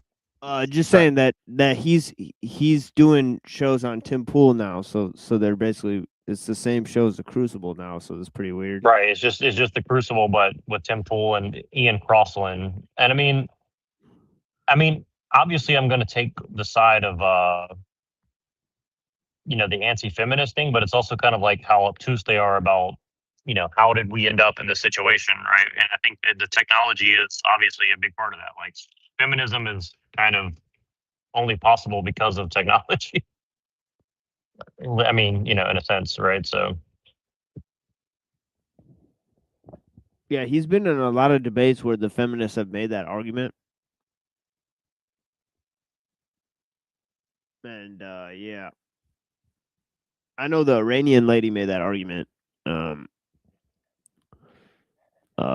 Really? See, that's weird. Isn't that weird though that he wouldn't just like? Well, so, I mean, did he even take it under consideration, or did he just blow past it? That would be interesting to know. Yeah, I mean, it's funny because it's like most of the people that are going to war, they're not like, actively shooting people like on the ground, right? There's a lot of like analysts and like people who gather information, and I don't know, man. So yeah, it kind of seems like in the modern age you would need women to be in the military to a certain extent, but yeah.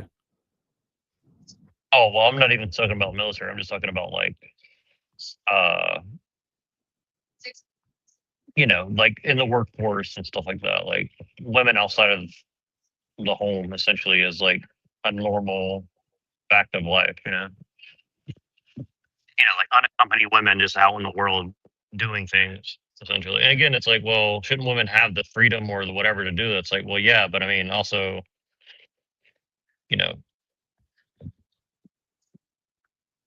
well, I don't want to say what I want to say, but let's just say that like bad things happen, and I don't know. I have to walk on too much eggshells because I'm trying to hold some of this back. But yeah, I don't want to. Yeah, it's just kind of weird because this argument that, well, women should be able to do whatever they want.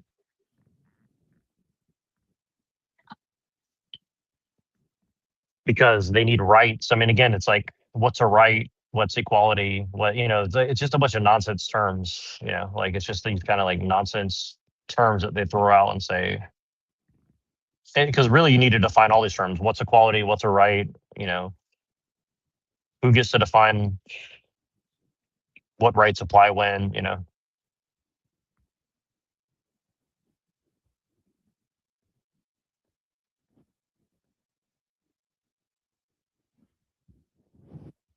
And she's like kind of like dismayed at the bias moderation, but it's pretty obvious that it'll be a bias moderation on this things. I don't know. But yeah, that girl is pretty smart, so I don't know. Every era that you see it, like the women's right to vote was a big part of the thing second is, wave, though, for is that she just said the advocacy of women's rights and the base of equality. And Like again, Ian actually not making an incorrect point. It was exactly what I was thinking as she was talking about it. Like, yeah, it's really not. I'm not going to say it's ideologically incoherent, but there is ideological diversity within the feminist movement. If you think that feminists all agree with one another and that, Germaine Greer, Julie Bindel are going to be driving with the feminists of today, yeah, they don't. deconstruction of patriarchy, she agrees. You So wanna they're stick with that, Beth, operating for now? Well, they're Yeah. operating off of this worldview regardless of the wave. And so if that's going to help us get to the heart of the matter, then let's use that to get to the heart of the matter. And I'm going to kind of open the floor here a little bit for you The other guys. thing is that what we consider first wave in America, feminism, which wasn't really the first wave because it goes back further than that. But in America, the first wave, the suffrage movement, the right for women not to be defined as property, they didn't identify as feminists. They didn't call themselves feminists. Now I can argue that I didn't even believe that their understanding of taking over the patriarchy was correct. However, that term came to them retroactively. So that's one thing. Yeah, you did say something earlier, like Andrew was saying, just like broadly, we've agreed upon this definition for the purposes of the debate. And I didn't get to bring this up, but this is the attitude that she just talked about is still true to this day. Again, this is quant shit, data mail. I don't want to get too like, the data says this or whatever. I've tried going that way in debates. I just don't find it persuasive. Power Slice Pizza, thank you so much for subscribing with your Prime sub. I really appreciate it. But yeah, people will find ways to like cherry pick and say like, here's why that data is not valid and just hand wave it. I don't want that to happen. So this is Pew, July 14, 2020. Most Americans support gender equality, even if they don't identify as feminists. So when asked if they agree or disagree with the statement, it is very important for women to have equal rights with men. So 89% of feminists say yes, non-feminists 69%, all adults 79%. Favor the ERA, which is the Equal Rights Amendment, being added to the U.S. Constitution. Non-feminists, 70%. Feminists, 86%. All adults, 78%. People not seeing discrimination against women where it really does exist is the bigger problem. 53% of non-feminists agree. 81% of feminists agree. 67% of adults agree. Our country has not gone far enough when it comes to giving women equal rights with men. This is the one that's going to be the worst. 39% agree with this. Feminists, non-feminists agree. Feminists, 74%, all adults, 57%. So, yeah, many of the values of the feminist movement have been accepted across the political spectrum in the U.S., even among Americans who don't personally identify as feminists, according to a Pew Research Center survey about gender equality that comes 100 years after the ratification. Pause it for 1 second. So what's interesting is she said, well, there's diversity in what feminism is, and then it gives a broad definition of feminism to people for a questionnaire and say, well, this is evidence that people are unsatisfied. But then, you know what I mean? But like, what standard? Well, there's not a standard for feminism. It's just whatever somebody feels like in the moment is feminism, essentially, right? So it's like, so if you talk to a woman on one day, she might be satisfied. The next day, she might be unsatisfied. So it's like, what is this proving, essentially?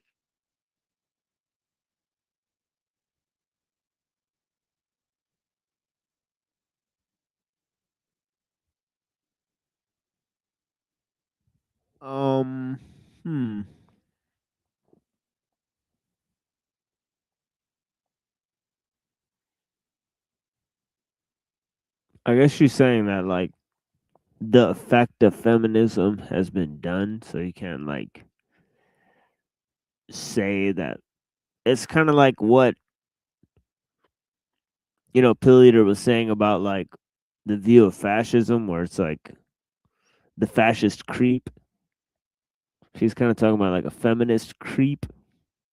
Like it never goes away. It's just always there. Like, I don't know. It's kind of weird. Of the 19th Amendment. For example, a majority of Dems and Republicans, whether they identify as feminists or not, say it is very important for women to have equal rights with men. Similarly, majorities in both partisan coalitions support adding the Equal Rights Amendment to the U.S. Constitution. The survey comes as scholars and commentators debate the impact of feminism on women's rights and broader American culture. Some argue that feminism has become universal and that the values and principles of women is in our own lives.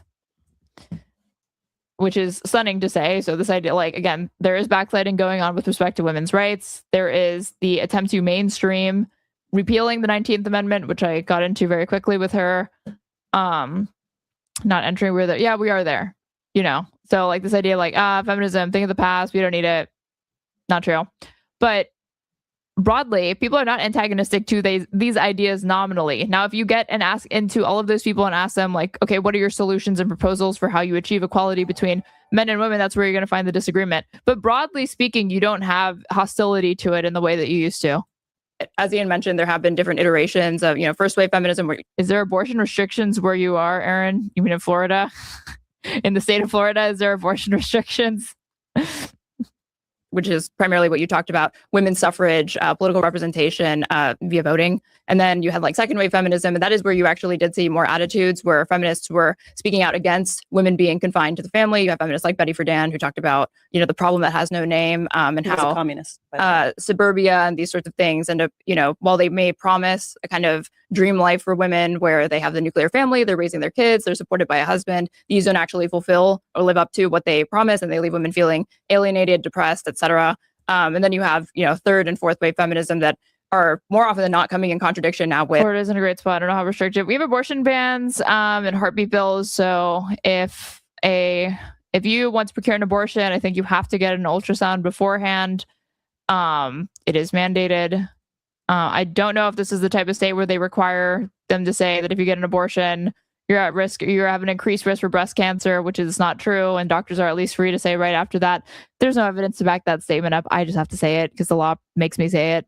You can't abort any fetus where they detect a heartbeat. You also, I think we have, a 6-week abortion ban. With second wave feminism, as they're more interested in expanding equality for women beyond the basis of sex solely. You see But you the would inclusion agree of they're like all trans moving rights, towards the etc. same goal, But they're right? all broadly moving in the same goal. But there are a few times where you do see differences, like second wave feminists more likely to identify as like TERFs, the Andrew Dworkin and whatnot, because they see how they protect women in a different way from their view, but they're still attempting to deconstruct the patriarchy on behalf of egalitarianism, right? Yeah, correct. You would agree that each wave has this in common. Yes. Yeah. Okay. So I think we can consolidate that a bit. Go ahead. So you said that the promise of marriage, family wasn't fulfilled. Women at home weren't fulfilled. I would say the opposite now. I said that those feminists and second wave, like Betty Friedan, argue that. So how's that working out for us now? Because that wasn't my argument. This lady was not listening. I never said that was my argument. Promises that those women made. I don't even disagree with it. And there was probably more of a social necessity for feminists at this time to be more antagonistic to the idea of women being relegated to the home. But at this point, I don't think so. That you'll be happier when you're independent. You'll be happier when you can work like a man, when you can make money like a man, when you can have consumer purchasing power like a man. It doesn't seem to be working out so well. There are upwards of 60% of women on SSRIs. We see this war. I never even got to get into this. I don't think so anyway.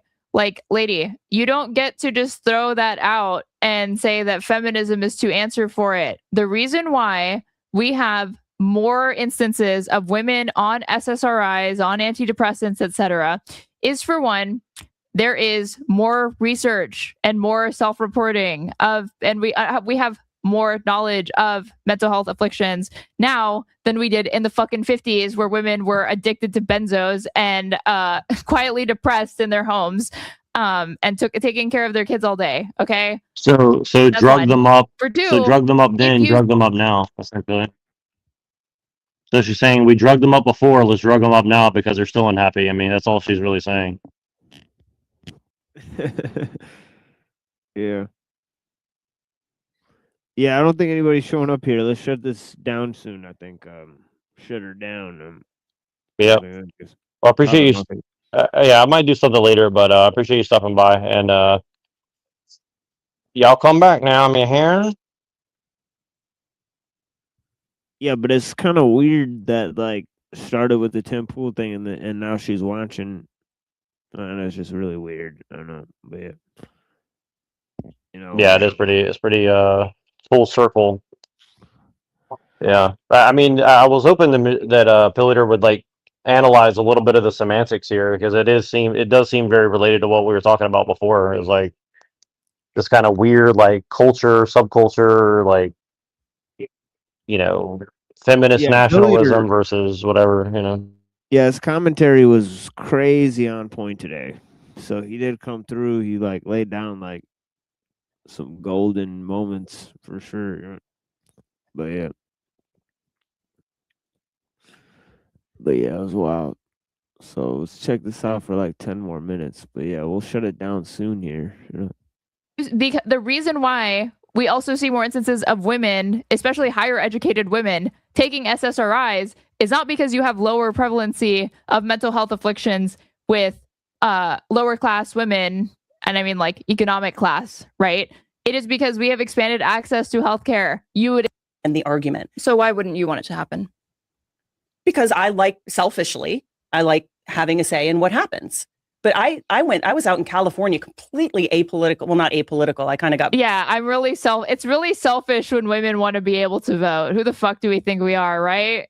Brainwashed and tugged along. But I didn't vote for years. Nothing changed. Do you vote My now? life. Okay, just because you weren't voting does not mean things weren't fucking changing. You just didn't notice. Huh? Do you vote now? Yeah. And you voted, who did you vote for in the most recent election? Trump. I see. Mm-hmm.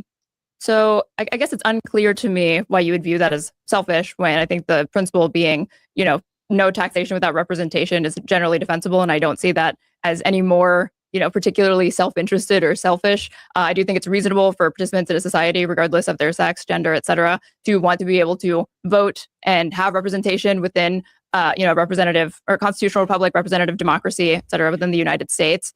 But I can say a lot of the policies. You wouldn't push for it, right? Not only because you think it's unrealistic, but I think that you also seem to believe that it would be more unjust than just to push to repeal the 19th Amendment. I just don't see the policies that would come down from from institutions of which I voted for, and they actually don't change my life a lot. I mean, maybe taxes. Policy doesn't change life. Then why are you a senior policy analyst at the Heritage Foundation? What the fuck are you talking about, lady? Policy is the thing that changes people's lives. It makes a big difference to a lot of people. I think the big, beautiful bill kicking all of these fucking Americans off of Medicare, transferring a bunch of money to the 1%, that's going to make a great deal difference to a great many fucking people, including you, even if you're going to pretend otherwise. But like, let's say for like medical care, I don't know. I've always kind of lived outside the system. So it's like you don't get to exclude yourself from democracy. Are you living out on the fucking grid? Is this into the wild? No. Okay, then you're not living outside of the society. Okay, you have not. What's funny, even before you worked at the Heritage. What's funny is if you, on most of the panels, if you go on TikTok panels, if you say you didn't vote, they'll automatically kick you off the panel. They're like, if you no vote, no say. So they'll say basically you have no right to an opinion if you didn't vote, right? Oh, that's interesting. Yeah, we're like this lady. Yeah, she is kind of pointing out this lady's delusions for sure. Because this lady's thinking like she is kind of like a closet liberal. Because she's like, oh, I don't have to live in a system that I don't support. And besides, I don't really support it if I live outside of the system. And it's like, no, you don't, lady. You work for the Heritage Foundation. You are part of it. Like, for sure. What's up? Yo, what up? How y'all doing, fam? Yo, what's going on? We're doing good. We're reviewing feminism and how wonderful it is for society. Oh man, listen, it's so great. Listen, there's two halves of feminism. One is, broads being willing to like do terrible things in awful places with whoever the fuck they like. I enjoy that part of feminism, right? But on the other hand, there's like the whole like go to work thing, which is retarded. I don't understand it. It doesn't make any fucking sense. They're like work equals freedom. I'm like, that's what we're over top of the gates at Auschwitz. It's stupid.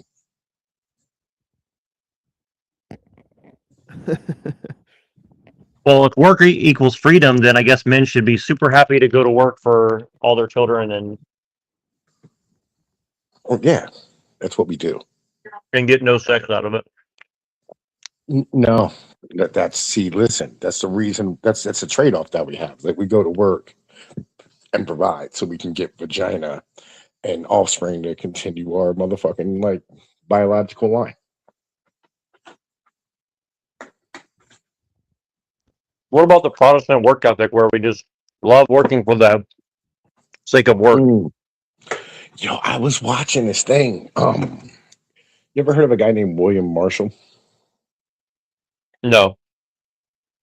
He was like an economist in like the 1800s, right? And then there was another guy named J.M. Marshall in like the 1940s. And like one like named himself after the other one, but whatever, don't care. Basically William Marshall said, listen, you know what I mean, like, what are we doing? Right? Like, what is the purpose of all of this? And like, how do you portray citizenship as like people? Like, how do we go? Like, what is a citizen? And what they said was like, listen, we do it through like service, right? So like, you're a citizen because you go serve in the military, you go to work, you pay taxes, right? You know what I mean, like support a family.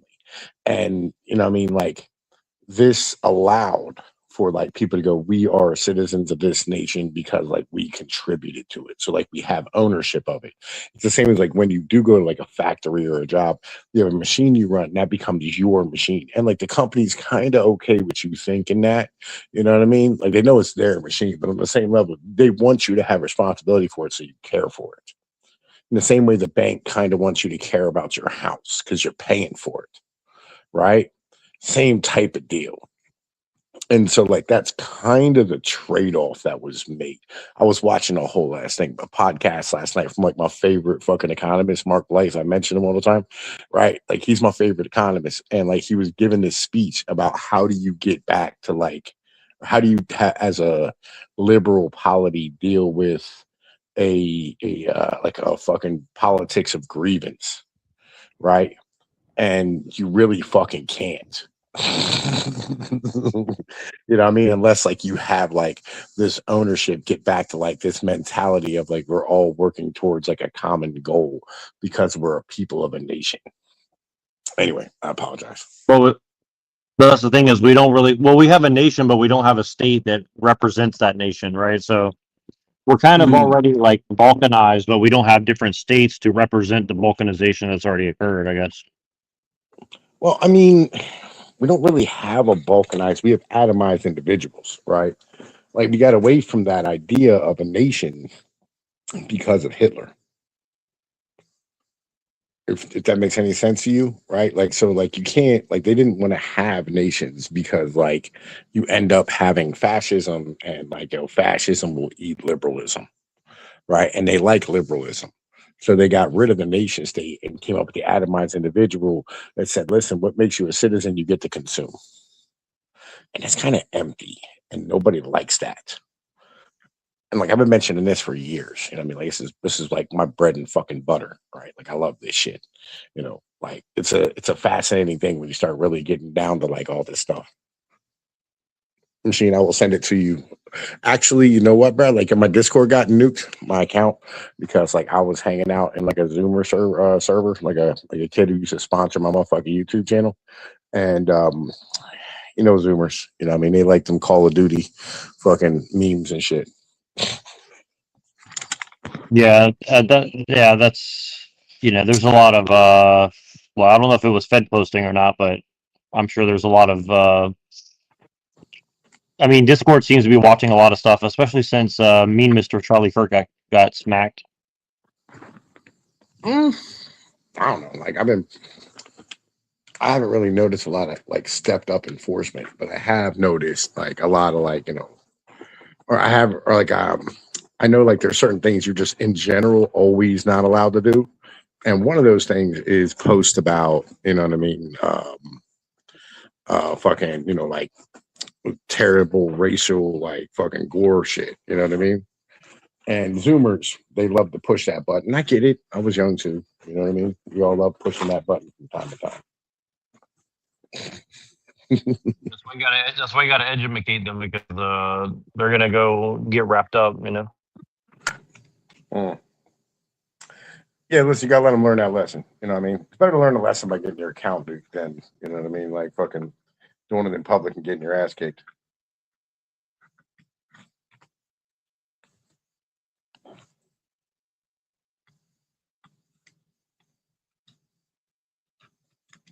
You sound like you're an advocate of the school of hard knocks. Come on now, son. Where do you think I come from? Soak is motherfucking like, yo, my alma mater.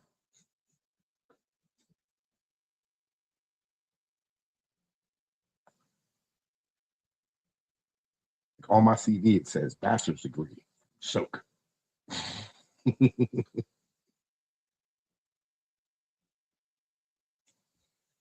Are you what did you write your what's your next article going to be about? Mm.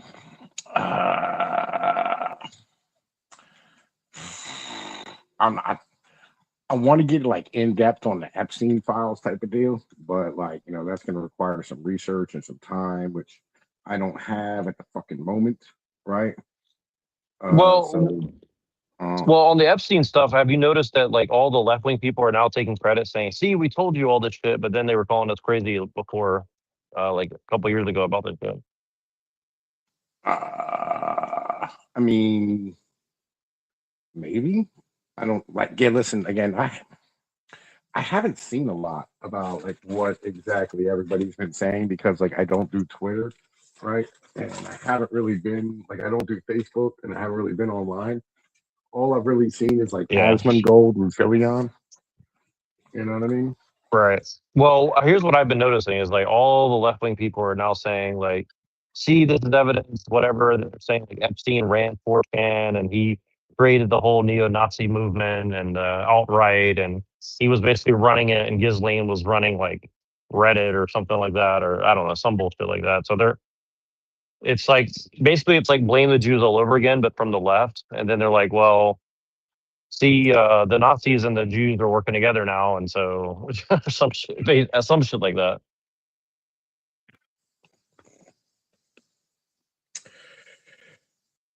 Hey, Pinoy, did you read my review or my summary, or no? My summary of The Prince by Machiavelli. You didn't read it.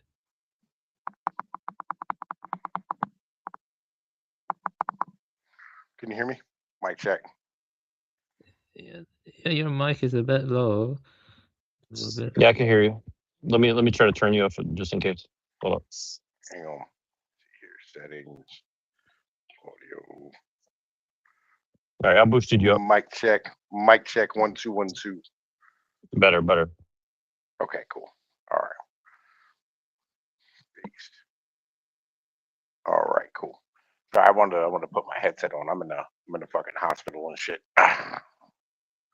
Yeah, I don't think you read your review. Why don't you tell him your general position, because I'm sure he's got a lot to say It's on a summary. Machiavelli. I can share it and read my summary here if you want me to. Well, just paraphrase it.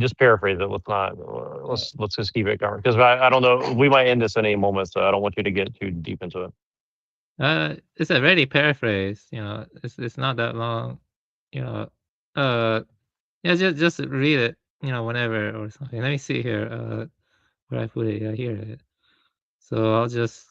Any chance you can turn him up, man? Yeah, can you hear me? Somewhat. You're really low. I can Yeah, hear I'm low. Neurojack, but I can't hear you. Yeah, I'm low. Am I low? Yeah, you're low. My mic may be messed up. Let me see here. I think I fixed it. Go try again. Yeah, can you hear me well? There you go. I got it. Yeah. Did you read my summary of The Prince by Machiavelli, or you didn't have time? No. My Discord got nuked, so like I don't have that account anymore. Oh, okay. Yeah, I'll just put it in the private chat. You can read my. Oh, wait a second. You listen. I'm in Neurojack server. If you're in there, you know No, what I mean. I'm not in Neurojack server. Yeah, I'll just put it in the private chat. Here you go. There you go. You can read my summary of The Prince. I think I covered all the important points. Okay. It was a good book. So give me a rough idea. What's the deal with the Prince? What's up with that dude? So basically, I'll just read the whole thing. So Machiavelli's political teaching begins from necessity. It's just 3 paragraphs. The compulsion imposed by circumstances in which a prince must act or be ruined. Against imagined republics and moral ideals, he insists on the effectual truth of the thing, since one who makes a profession of good in all regards perishes among those who are not good.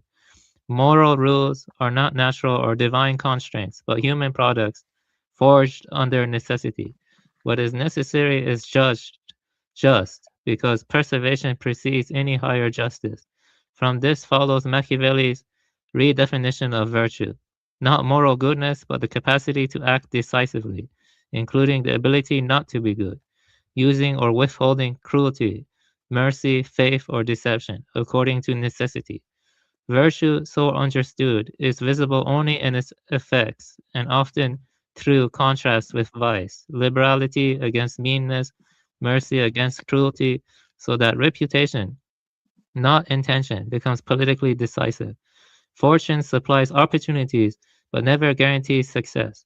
Without virtue, opportunity is wasted, and without opportunity, virtue remains inert. Hence Machiavelli's overarching aim, to teach how a new prince can found and maintain a state by mastering necessity through virtue, bending fortune rather than submitting to it. These ideas culminate in the insistence on foundations. Durable political order rests on good laws and above all one's own arms, without which every moral or legal claim collapses. Machiavelli applies these principles concretely in his analysis of acquiring and holding states. New principalities are more fragile than hereditary ones, especially when added to older domains, and must be secured by foresight, presence, and timely remedies before disorders become incurable. Injury should be inflicted all at once and benefits distributed gradually, as with Liverato's seizure of Fermol, so that cruelty, if used, secures order rather than perpetuates fear. Mercy misused breeds disorder, whereas limited cruelty can prevent wider bloodshed. Politically, the safest foundation is the people.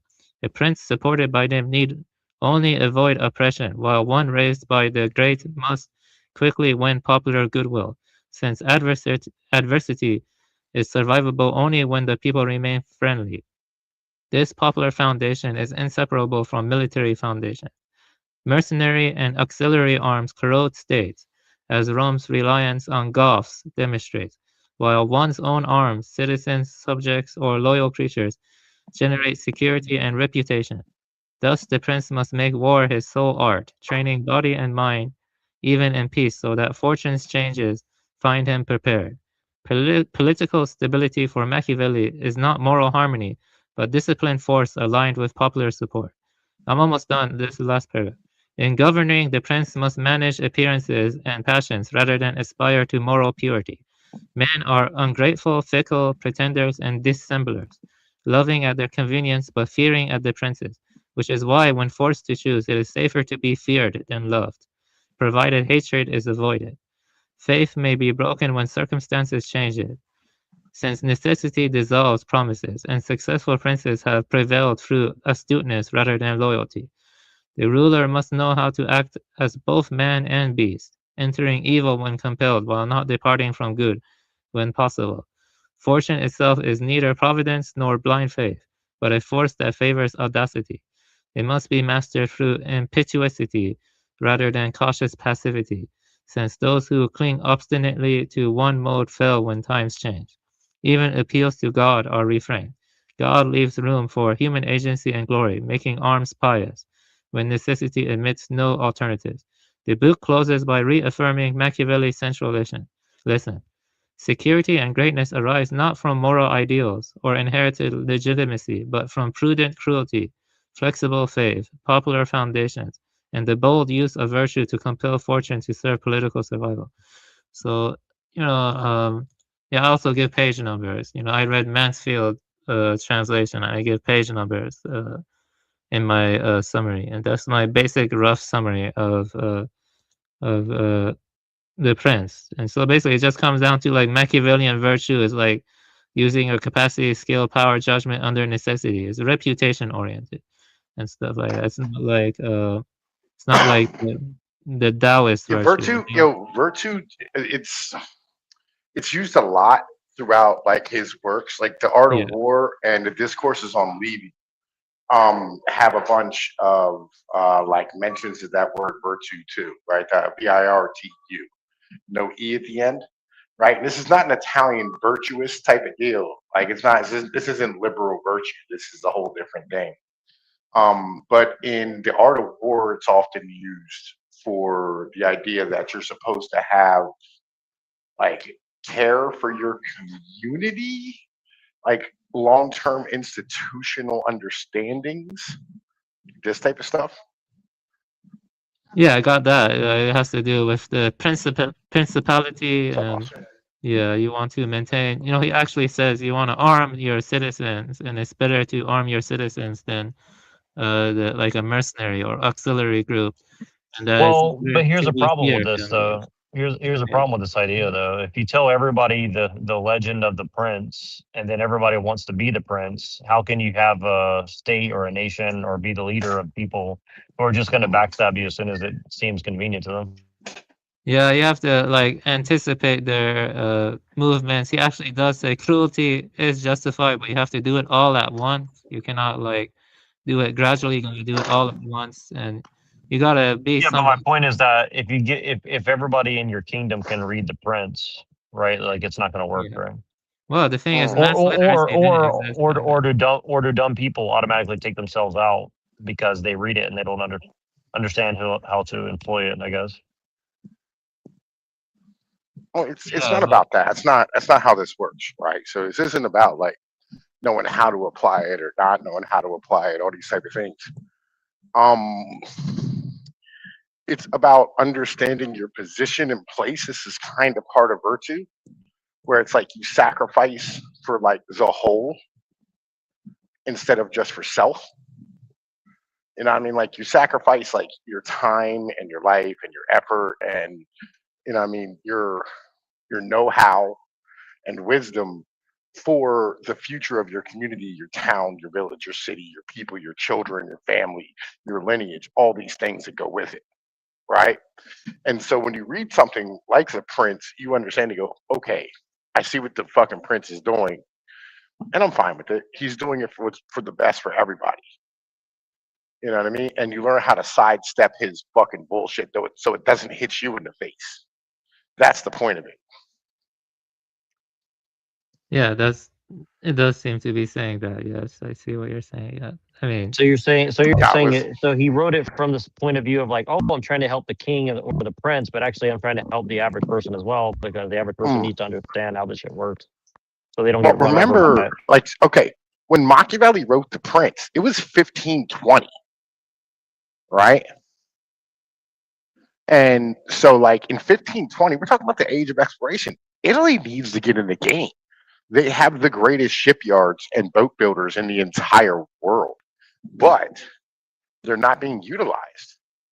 Like, they're being utilized as in, like, every explorer that came to America was Italian, but Italy wasn't a unified country. They didn't have any spare people. They needed to get their shit together as a state, right? But like they couldn't. So this is the point of like this whole Prince thing is like this is an argument for like Italy to become unified under one people. And he thought, I mean, I forget the guy's first name, but whatever it was, the Medici would motherfucking be able to do it. yeah, I do remember that. Yeah, he did. That is accurate what you're saying. Yeah. Yeah. Yeah. So, but since we all basically somewhat agree of like, well, fuck America. So what prince do we address ourselves to today? Yeah, listen, bro, it's that's not how this works. You can't.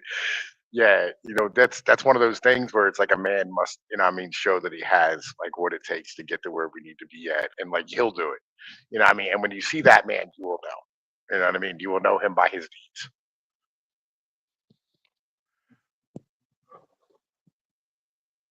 This is why Yarvin always Is says, that like, Trump? yo, just pick your guy, back him, and shut the fuck up. You know what I mean? Like, you don't get to critique the guy who you put in the power. Like, you want him to do your bidding. You need to shut the fuck up and let him do it.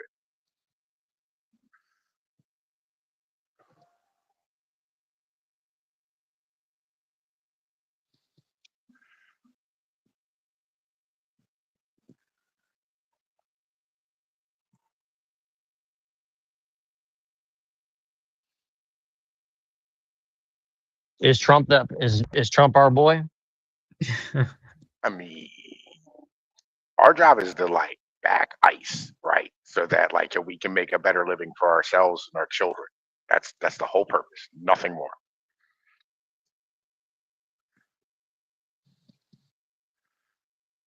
So If my you're summary was able-bodied, good, right? go. If you're able-bodied, sign up and go pick up a gun and get in a fight.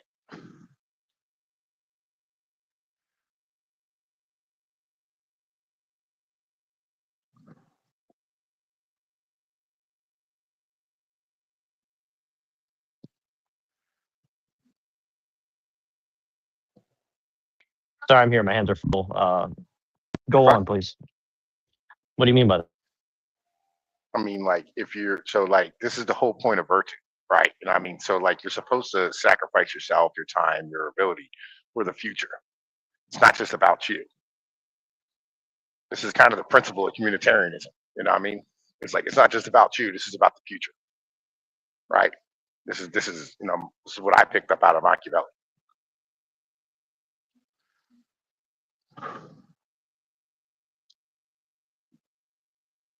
That's why when you hear all these liberals talk about like carbon, sequestration, and fucking climate change, or like inclusion and all this type of stuff, it's about the future, right? They're thinking long term, right?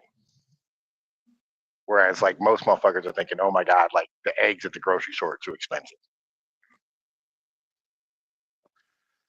or what's oil going to be in 3 months? This is kind of the problem we're having in our society. It's like nobody thinks of the future. They don't sacrifice for the future. They're not having a conversation about the future.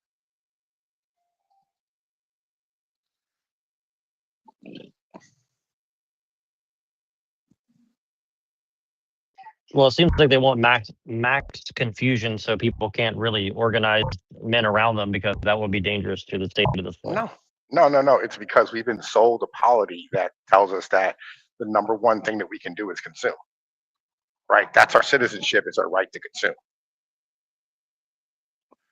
There is no the one thing these Epstein files should really tell you is that nobody the fuck is really in charge. Right? Like these motherfuckers are idiots.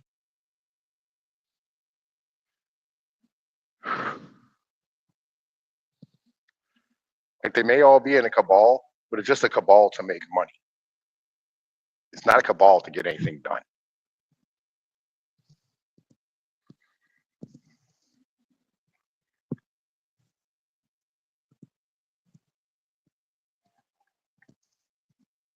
Like, what's the one reason everybody brings up why they saw Epstein? Oh, he was going to donate to this. He was going to do this. You know what I mean? He was going to help us with this.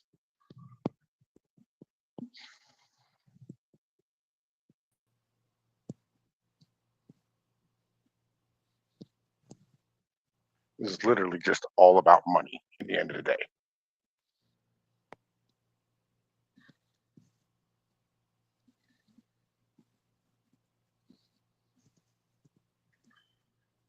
Yeah. So my summary was Do you think good. Epstein and Trump? Well, go ahead. So my summary was good, right? Or...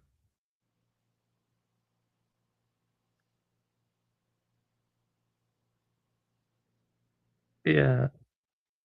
It does make you think a lot.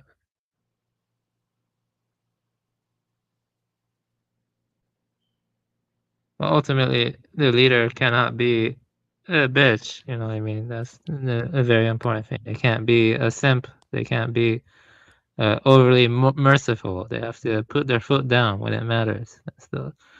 And they shouldn't be afraid of getting a reputation. You know what I mean? As you're saying.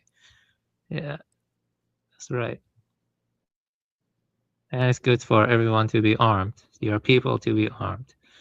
And such, to maintain the principality and such.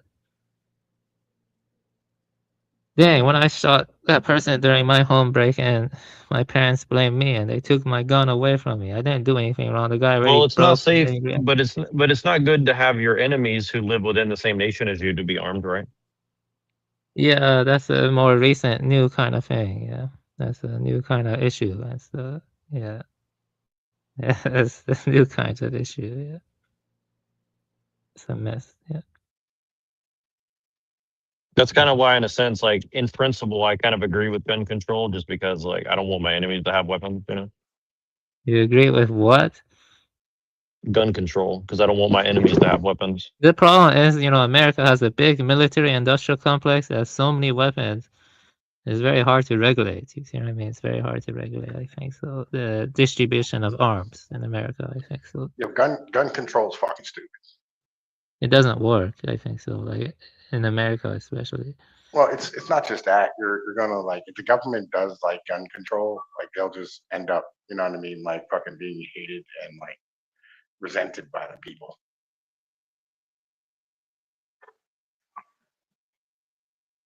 Well, not Like, this since is- women vote. Since women vote, it's 50-50, you know. What do you mean?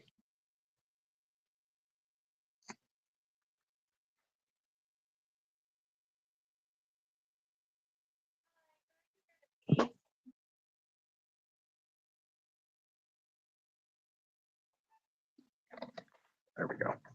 All right. Yeah. Anyway, yeah. So like, it's not just about like the women, right? It's about uh, it's about like the people who actually like produce shit. You know what I mean? Like you can't like this. This is why we're having a problem is because we have like turned the society into a society for women.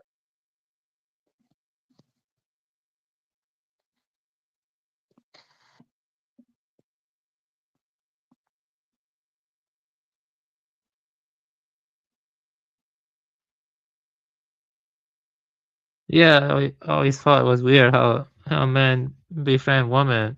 Like just it's just not culturally normal in some cultures. I don't know what it's like in Europe, but in America, it's normal for men and women to become friends, even if they don't want to get into each other's pants. But I always thought that was kind of weird. So, like, I don't know. I think I think sex segregation it had a purpose in most traditional cultures. You see what I mean? Like you had sex segregation. What's your opinion on that, Pinoy? What's that? Or am I just? I don't know. Like I couldn't quite understand everything you said there. Yeah, my mic is kind of shit. So let's see it. I'm Can you like hear me talking well? kind of low. I'm trying to do the same thing because I'm in a hospital room at the moment. Yeah, I got you. I think I keep dropping my mic, and also have to speak kind of low and stuff. So yeah, All right, because something about like men and women to be friends. yeah, I just think it's weird. You know what I mean? It's weird. Because like it wasn't normal in the past. You know what I mean? Like like, Well, yeah, I mean because like women, were never considered like full humans, right? Like they weren't considered equal, right? They weren't considered to have like the freedom that they have right now. Like the only time that men and women could actually like be friends is in empires or like large cosmopolitan areas back in the day. But even then, like that was never normal for commoners. That was more like an upper class thing. But everybody today they think it's upper class. But everybody has the safety and okay. Here's where this is. And I know like nobody's watching, but like this is something that y'all should probably carry forward and have conversations about. Um, every day in the United States and across the entire world, there is 80 billion slaves, right? And it's because of petroleum.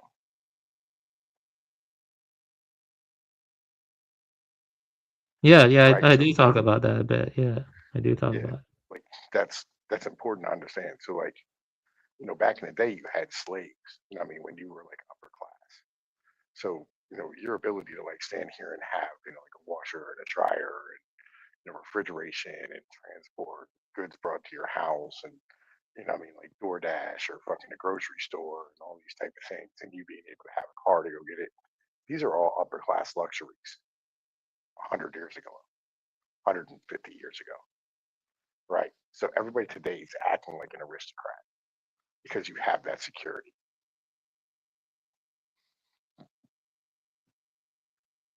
Yeah, I agree with you. Yeah, yeah, right. Yeah, Like that's right. we don't have these conversations about like reality of geological fucking shit. Yeah, I agree.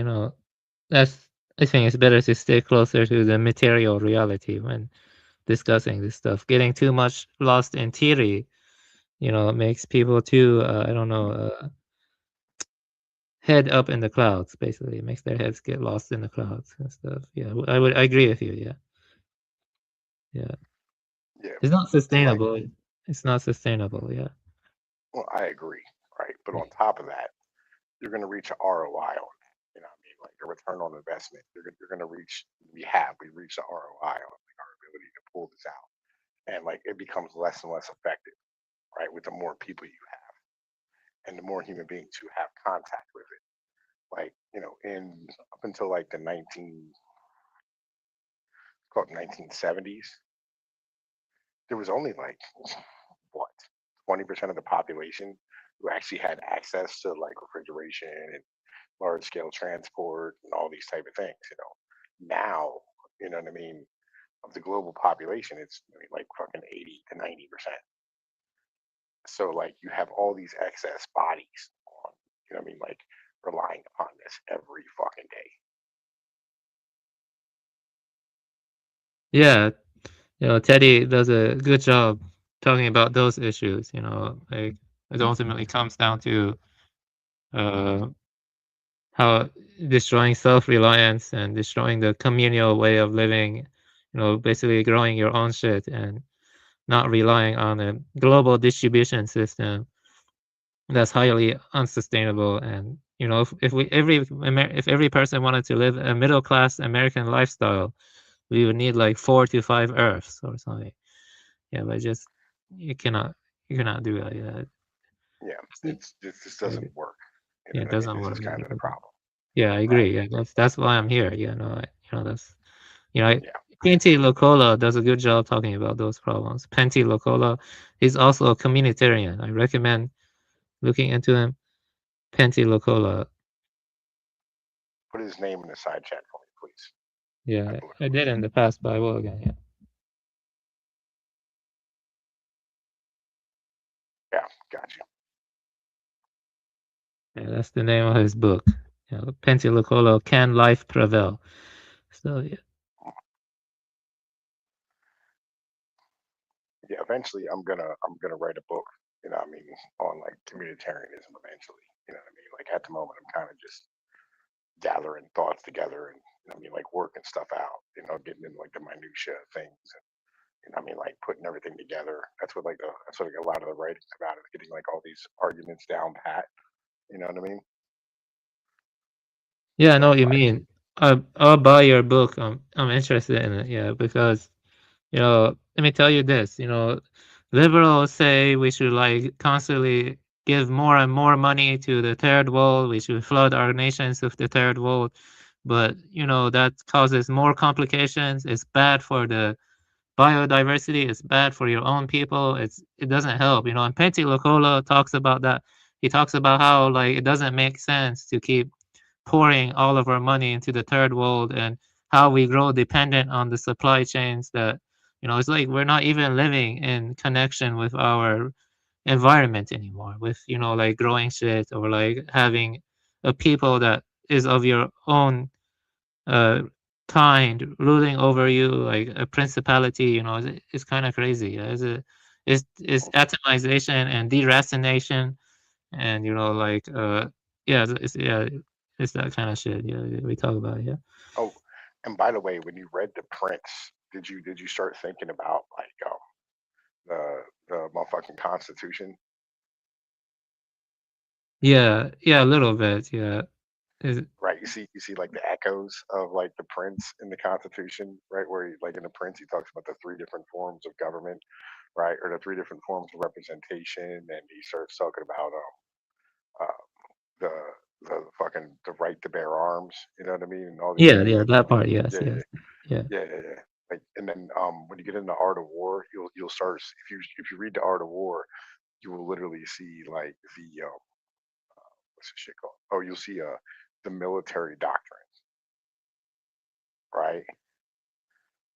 Like of the United States, like the original military doctrine that we still use pretty much the whole way today, right? Other than the, I mean, like standing military thing. Again, that's because of oil and our ability to have the energy to do it, right? And the large population to sustain, I mean, like a full-time military, I mean, in the defense fucking expectation. But I mean, like other than that, you can see like all the military shit that came in with the United States. Like it's fucking fascinating, right? It really is. Like understanding like how all this shit works and where it came from. You know what I mean? Because John Adams during that period of time, when they were writing the U.S. Constitution, this is when we were under the Articles of Confederation. Was on a tour of Europe searching out republics, right? And studying about like the long-standing republics of Europe. And me and Machine Lives got into it at one time, and we got into like these letters from John Adams back to like the people in the colonies, right? The fucking delegates and shit for the Constitutional Convention. And we found like these letters where he just lifted wholesale, right? Just whole chapters of the Prince.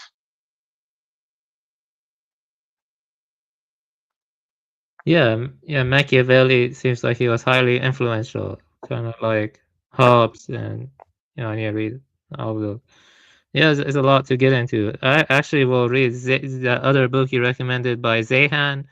I think it was Accidental Superpower of America. I plan to read that one too. Yeah, I'll read that That's next. listen, yo, I'd recommend getting the audiobook because Zion reads it, like the guy who actually wrote it reads it. I kind of like his voice as a thing. Like I think he has a cool cadence. Um, and I think you might enjoy it. You know what I mean? It's pretty interesting to listen to. I don't know, like I don't know. A lot of people kind of like feel like he's pompous, but I enjoy it personally. Yeah, I don't personally like audiobooks. I prefer reading personally. That's all. Oh, Yeah. you can read it on your own. I read the paperback version too, but like I listened to it on audiobook. I listened to all four of his books on the audiobook, right? And I think he just did an addendum to um the end of the world is just the beginning, which is like the newest one that he put out. I think like 2 or 3 years ago, something like that. Um, I'm also going to recommend to you some Mark Blythe stuff as well, right? Angrynomics is a great fucking book if you want to check it out as far as stuff's concerned. Like he has some lectures that are fucking fascinating, especially like his new one is really, really, really good. Like, and the fact that he's been online, like he brought up the Michael Green article where he put out that Michael Green, he's like, I think he's like a hedge fund guy, but like he's really good with numbers and math, and he did some research into like what it actually costs to live right every day in America, or whatever it is. And he came up with a number. He said $140,000 is a new poverty line, right? Because of the cost of participation. Fascinating shit.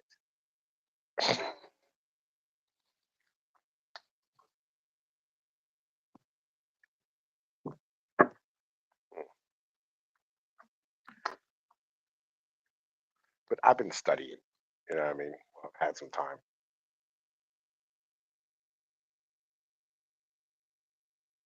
Yeah, yeah. I also think survival skills and knowing foraging and some basic gardening skills, farming skills. All of that's important too, and stuff. Hell yeah. And it takes a while to learn that stuff too as well. You know what I mean? That's some shit that like people don't tell you. It's not, you know what I mean, like inherently knowledge, right, that you have as a human. It's not like you just, oh here, go plant this seed in the ground and a plant will grow. That's not how shit works. It's just like chickens or like, raising any animals, you know what I mean? Like Yeah, I fucking know what you you gotta mean. know what Yeah. you're doing. You know what I mean? It takes a skill set and an ability. and work. Also heard that when you go hunting, you have to use a special kind of bullet because you don't want the bullet to be, I don't know, have lead in it or whatever, because that could be bad for eating. And so I have to. I mean, one friend told me about that. Something I mean, like everybody uses lead bullets, right, for the most part when you go hunting. But that is good. you want to put the animal down on the first shot. It's kind of where it's at, right? Lead's good because it disperses, right? So like basically, it's when you get hit with it, it disperses the energy fully rather than just ripping through the animal. Like if you steel or like copper, something like that, what ends up happening is it'll just rip through the animal and the animal will just take off and basically it'll just have a hole in it. You know what I mean? You'll never catch it. And it might get miles and miles away before you get to it. But if you hit it with lead shot, what ends up happening is just it displaces that energy and it causes a large cavity on the inside, which kills the animal really quickly. That's why like lead is used. It's not just the fact that like the like it's easy to like fucking turn that into bullets. It's the fact that it disperses. Like have you ever seen like a hollow point round? No, I haven't really used anything like that. It was just I was talking to my friend. He was telling me that I guess he's wrong though. He was very much against lead bullets for some reason. I'm not sure why. He said it was One of the unhealthy. things they don't want you doing is using like lead shot out of a shotgun, right? And that is because of the environment, but a lot of it has to do with the fact that like when you shoot buckshot, what ends up happening is like you'll miss a bunch of the shot, right? It shoots like fucking 8 balls out, right? And so like if 3 of them miss the animal and 5 of them hit it, yeah, those 5 will drop it, but like the other 3 will just be like lead in the fucking environment, which could make other animals sick. You know what I mean? Yeah, that makes sense. I don't think using a shotgun for hunting makes sense. I think you gotta stick to rifles and stuff. Oh no, we all use shotguns for hunting too, right? Oh. Like fucking, and on top of that, they use what's known as flintlock, right? And basically, it's what you think it is. It's a flintlock rifle, like the old days. And you can go flintlock for like a month longer than you can go like regular rifle hunting, right? But it's a 50 caliber round, but it might not go off when you shoot it, right? I mean that's part of like the whole thing. It's interesting, and like hunting's with a whole bunch of stuff. There's archery. I mean, guys who go out crossbow or like compound bow hunting. I mean, like certain states have banned like crossbows from like archery season. There's all types of regulations with it, but a lot of it has to do with sportsmanship, and they're trying to like control the amount of like animals who end up like running onto the highway, because the number one like animal that kills Americans are deer, right? Deer are more deadly than any other animal in the United States. Yeah, there are also a lot of them because we have a lot of secondary forest and they tend to grow in population a lot. So yeah. Yeah. And so, you want to like make sure that everything gets, like controlled. You know what I mean? And you try to maintain the population to where it needs to be. But recently, like due to the fact that like the boomers are, didn't pass down anything because they don't have any virtue, right? So like the kids, nobody's like there's not as many hunters as there used to be because like the boomers can't do it anymore because they're old and they didn't teach their kids any of these things. Their kids just, like were playing video games their whole lives and didn't go into the woods. Yeah, that's right. Yeah, that applies to me too. Yeah, that's right. Yeah.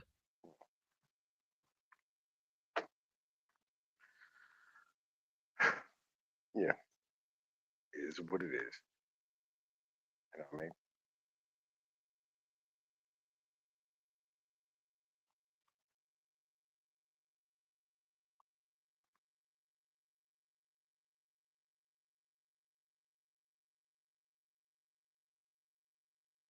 Yeah, I will say that one thing is there is a very strong false sense of security people have nowadays. But when you actually start looking into things like the nitty-gritty details, you see that things are actually more volatile than they have ever been. It's very volatile and it's very unsustainable. And yeah, it's just not. It's just like, how did we reach this point in the first place? It's thanks to the boomers, yeah, and they're very myopic and short-sighted they were. But yeah, that's really what it comes down to. Yep. Yeah, I mean, again, they weren't raised to, like, you know, take care of institutions, right? They saw them as a hindrance to, like, their profit, right? They cannibalized the institutions. Yeah, that's Technically, that's the economy did, you know, but it is what it is. You know, I talk about capitalism a lot, right? You know, capitalism, you know, it has to find a place to expand into, right? You know what I mean, for its next venture. And when it runs out of land and it runs out of, like, low hanging technological fruit and innovation, it just started eating humans in their institutions. That's what the whole neoliberal thing was. It's literally like the capitalist structure eating, you know what I mean, the entirety of, like, you know what I mean, the fucking public sector, right? All those institutions that the Silent Gen and the Greatest Generation built up, you know what I mean, to, like, and before then as well, you know what I mean, like the guys from, you know what I mean, like the fucking union days and the progressive era, right? Who built up these institutions to protect workers and families and, you know, and pass laws for all these things that make things better. You know what I mean? The boomers ate those. That's how they got rich. They didn't get rich by, like, you know what I mean, working. They got rich because they literally cannibalized the institutions that were there for their fucking children. Yeah, yeah, that makes sense. You know, I mean, I agree with that. Yes, they just, you know, let it degenerate or they cannibalize it. You know, the boomers were very indulgent. Like they had a kind of YOLO like mindset. You know, if it feels good, do it. But you know, sometimes you gotta, like, you cannot do something just because it feels good. Sometimes you have to, you know, sacrifice your conveniences for the betterment of your offspring, your progeny, and stuff. Your progeny. Well, that's literally like the entire purpose, right? You know what I mean? And you have to understand that, like, you know, it's not just the work, right? It's not just going to the job every day, you know, providing. It's also like making sure that you're passing down, like, the cultural aspects. And excuse me, I'm sorry. They leaving your children, you know, these institutions that they can leave to their children, teaching them what it means, right? But, like, this gets in the way of making money is the issue.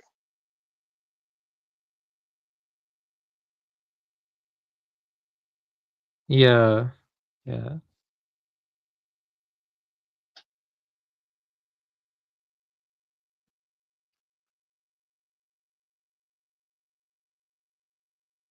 That's a bit of a problem. Yeah, it's a very big problem. You know, it's a very big problem. You know, I mean, and then you have Disney, right, which is probably the largest problem in Western civilization is Disney. Disney? Yeah. What about Disney?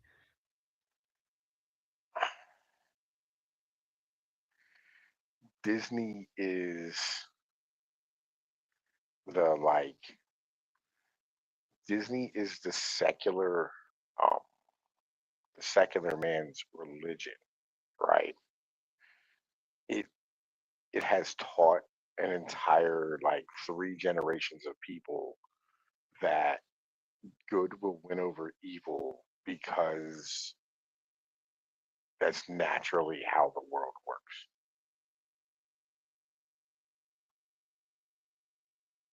Yeah, I see what you mean. You know, there's actually one writer who talks about this. His name is Baudrillard. Baudrillard. He talks about how Disney manufactured a false image of reality. He calls it hyper-real, where people think about Disney before they think about the brute facts of existence. You know, like they think life will coddle them, and life is all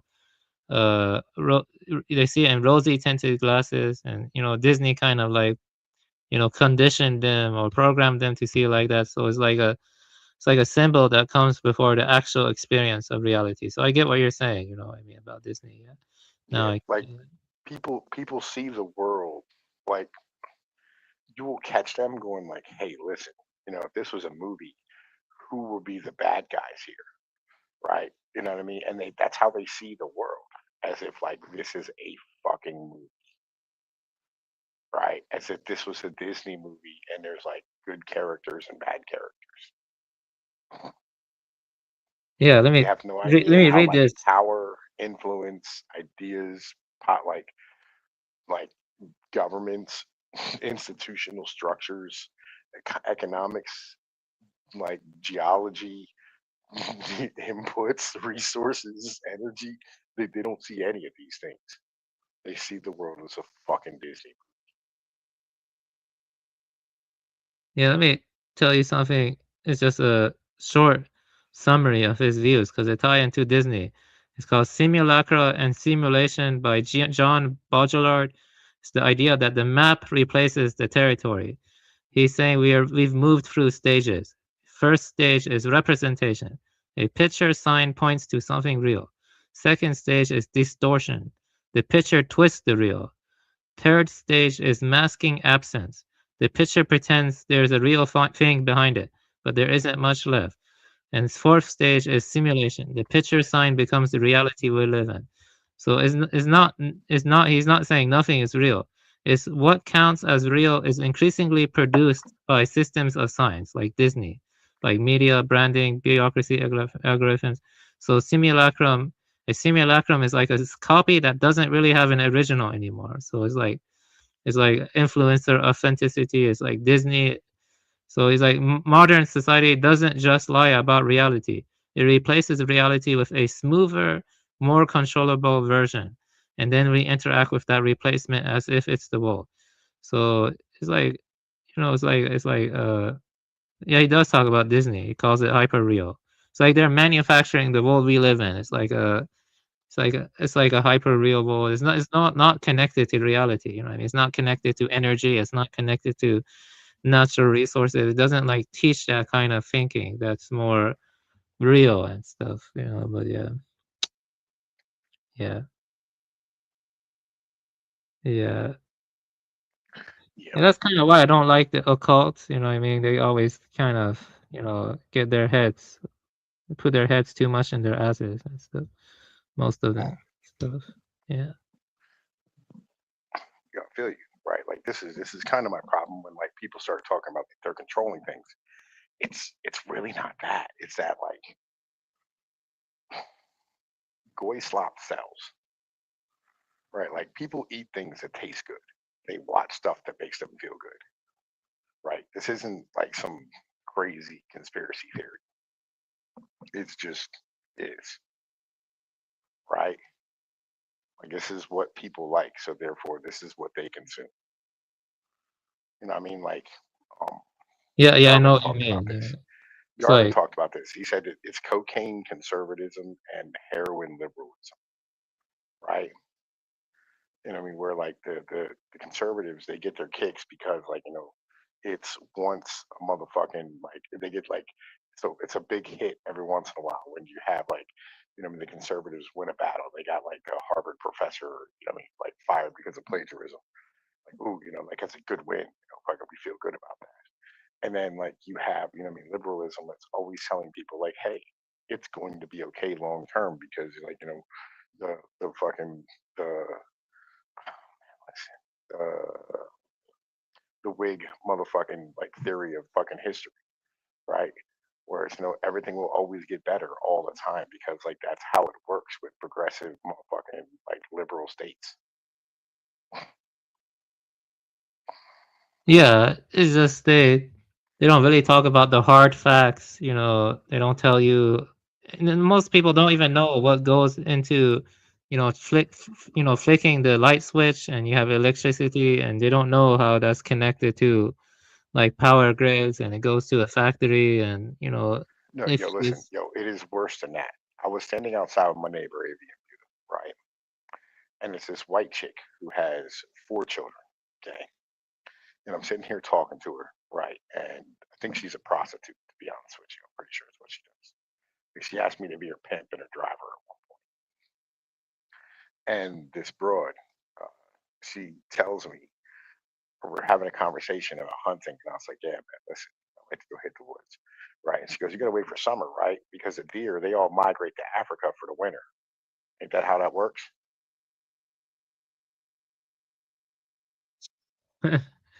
Well, maybe she did some hard drugs or something. No. This is how dumb the American public is. Yeah, that's yeah, Like that's this, like I've had conversations like this, bro. Like a bunch of them. I was talking to a dude one time in a warehouse, and this was a guy who was in college. Like this guy was in college, and he looks at me, and me and my assistant. My assistant is a 9th grade dropout, right? And he has a daughter. He had a daughter on the way at that point. You know what I mean? But he was really good with motors and engines and shit. This is why I had him, you know, because like we were fixing, or we had to diagnose like appliances, right, that were broken. And so, you know, what I mean, being able to like fix motors and work with your hands was helpful. But that same as me, I was an HVAC guy, so like I knew how to handle these, and I was a logistics guy, so like I could do like the office work. And so this fucking dude, we're working in this fucking truck with this guy. I'm all bullshitting, right? And this guy goes, yo, man, every time a female gets off, she drops an egg, right? The dude has a daughter. Like, yeah, there are a lot of dumb people out there. Yeah, we can agree on that. Definitely. Motherfuckers is stupid, son. Yeah, there are a lot of dumb people out there. You know what I'm saying? Like, people are fucking retarded.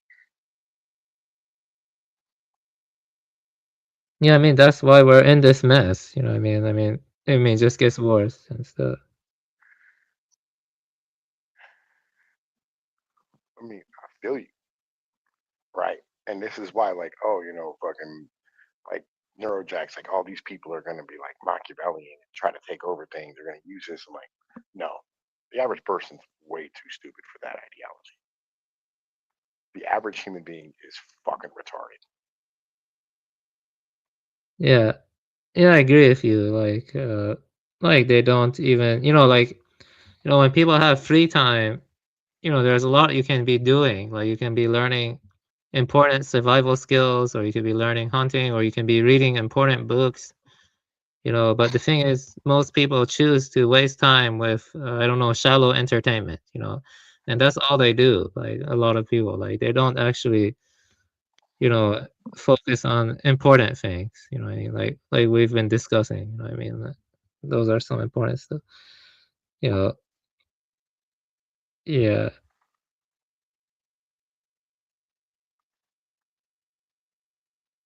Yeah, I mean, I'm not sure if you're right, dog. You know what I mean? Like, I just feel like people are fucking retarded. It's not that they, like, I don't think they could educate themselves if they wanted to. Yeah, some people have hard limitations. I guess they're just, just kind of like NPCs. I guess. Yeah, that's a lot of people seem that way and stuff. You know what I'm saying? Like, Yeah, they're fucking retarded. Yeah, I know. Yeah, they can't even understand another person's perspective. You know what I mean? That's the way they are. Yeah. That's the mental. Like, they're too fucking stupid. Figure that shit the fuck out.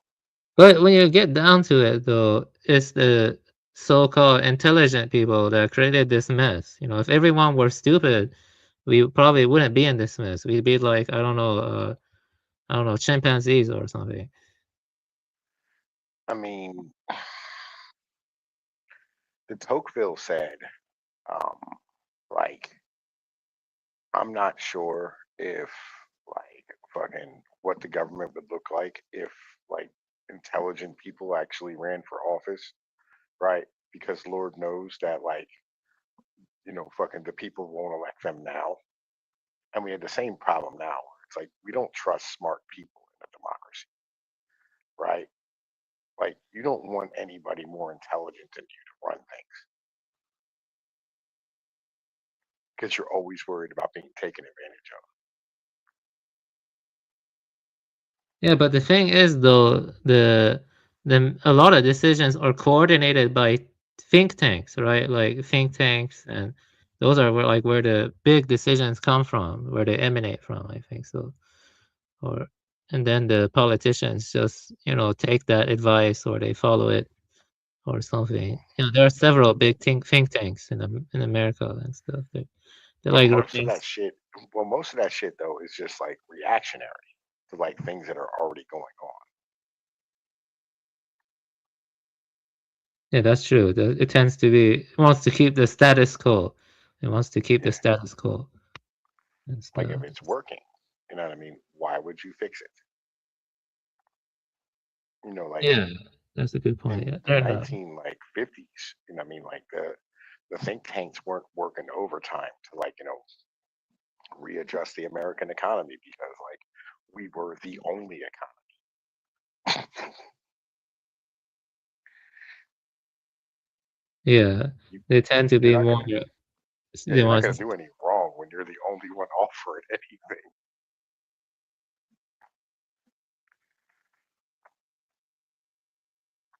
Hmm.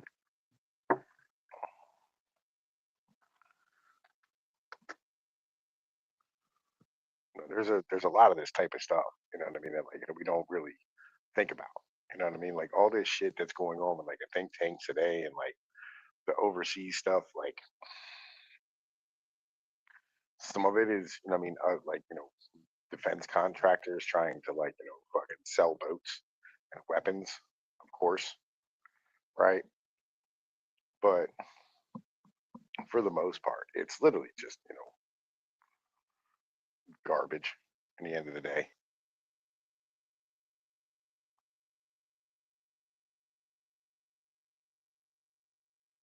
Yeah, well, ultimately, life is struggle, and we have to do our best. But the struggle is more and more artificial. That's the problem. Yeah, that's really what comes down to. Yeah, that's. I don't think it has to be. This Yeah, is why, yeah, like, I say we should have like yeah, I local agree. food production. Yeah, I I don't think agree. it should be artificial. Yeah, I I agree. think That's. it should be. I think it should be like fucking, something that's natural and inherent. Yeah, I agree. Yeah. I mean, that's the way it was, for most of history. It was like until, I don't know, the steam engine that things got out of hand. Stuff. I think No, that's no, no, what no, it is. no. It was that way up until probably like 1920, 40 ish. Yeah. Well, let me think. I would say, the farther back you go in time, the better it was. I say the steam engine really did have some drastic consequences. You know what I mean? Like, yeah, because with the steam engine, you had the railroads. They allow people to like travel more efficiently, and just they had to tear down a lot of forests, stuff like that. Also, they had to like remake everything to you know conform to the new railroads, urban design, stuff like that. I would say that the steam engine is when things got out of hand. Just more rapidly after that. It wasn't like the steam engine came out and then everything got bad. It's like after that, just started declining more and more gradually. And the steam engine came from Anglos, right? So yeah, like Yeah, Alan Watt. yeah, Yeah. yeah.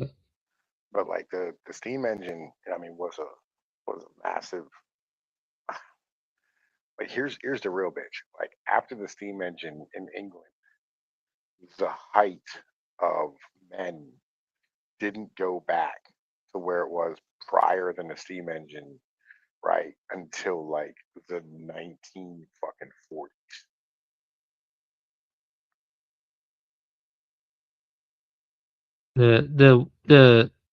The steam engine, the height of it didn't go back to what it was No, until the 19. the height of the average man Oh, the height of in the average England, man, yeah.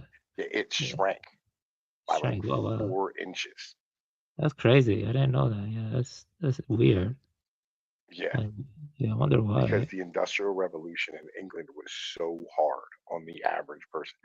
Like, and this is, I wrote an article about this, um, where I talked about Marx and um, Nietzsche, right?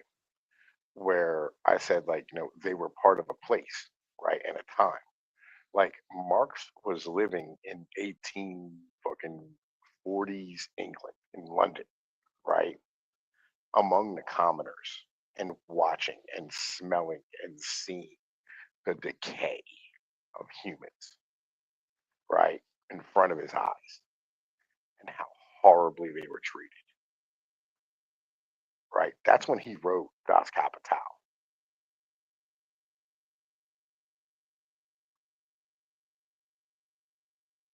Yeah, Right. yeah, he was seeing that's during the Industrial Revolution. He was seeing the horrible work conditions and other stuff. I think I was aware of that. Yeah, I was aware of Yeah, that. yeah, Yeah. yeah. Right.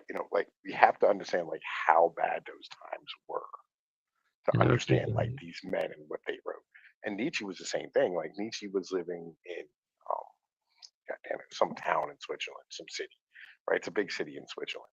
And then he went out to the countryside where, like, he was living in his village, and these people in the wintertime, they would bring, like, the animals into their house and put them on the first floor and then sleep on the second, so that they could have, like, the warmth from the animals upstairs. And they would literally, like, go and climb mountains to plant, like, corn and wheat, right, which would only grow there, right, because it was like flat land. And they'd have to, like, they'd drag it down to feed that to the fucking animals and shit.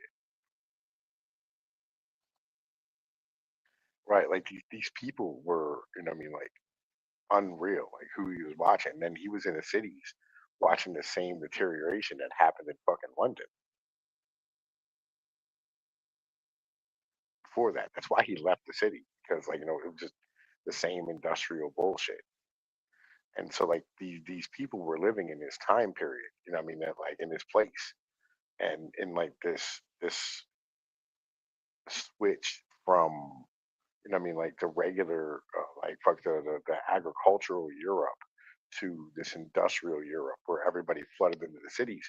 In England, there was, like, during this period when Marx was there, they had um, they had a giant land grab by the large landowners that took up all the common land that people were using to plant, like, extra seed, and, what I mean, be able to feed their families, what I mean, during lean times, which were constant at that point because of, like, the water supply being fucked and completely polluted and full of heavy minerals, and it was fucking up the crops, right? And, like, these people, what I mean, were using this common land, and it was just given to the rich, which forced all of these, like, poor tenant, what I mean, like, subsistent farmers out of the countryside in England into the motherfucking towns.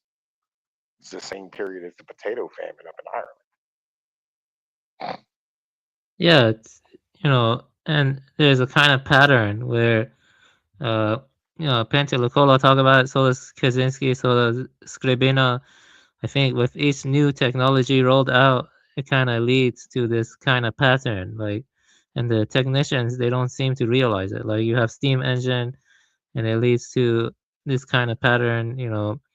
Or like that one essay you wrote about the washing machine. I thought that was one of the best essays I read. Like, the washing machine came out, and then it deteriorated the family. It led to atomization. It led to just just replacing muscle power with more and more automation, and just growing reliance on these devices and letting them dictate our ways of life. It just spirals out of control. Basically, that's what happened. Yeah, and this is the thing, right? It's like none of this is, like, planned. Yeah, I don't think it's planned. I think people want an easy scapegoat. They want easy scapegoats, but I think it just comes down to a system levels issue. It's a system level issue. That's what it comes Mhm. down to. Yeah, Yeah. that's where I get to. Like, this is a system level issue that we just don't know how to deal with. Yeah, I agree with. Yeah, I agree with you. Yeah, I agree with you. Yeah. Yeah, that's David Scribino talks about it in Metaphysics of Technology, which TML also talks about a lot. I mean, in the metaphysics of technology. I don't know if TML is there. I think he probably fell asleep. But yeah, TML bounced. oh, he bounced. Yeah, yeah.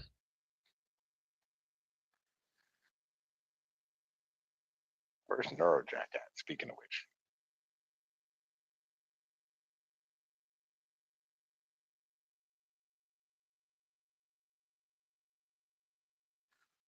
Neurojack.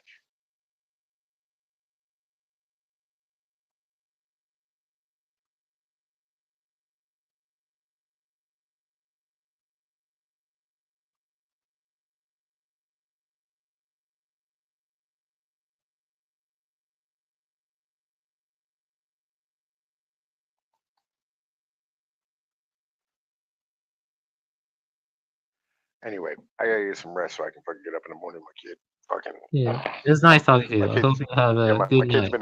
been in the hospital for like 7 fucking days. Oh wow, I'm sorry to hear that. Why was? Yeah, I haven't.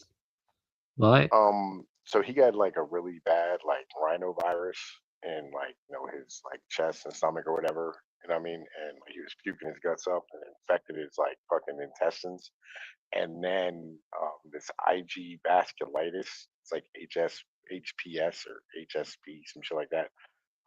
Fucking ended up taking like it took advantage of shit. Now his body's attacking itself, right? It's attacking his like blood vessels and it attacked his colon. He was like bleeding blood out of his butt and shit. It was fucking horrible, bro. Like terrible, right? You know, what I mean, we've been in here for like 7 fucking days since like last Saturday and shit.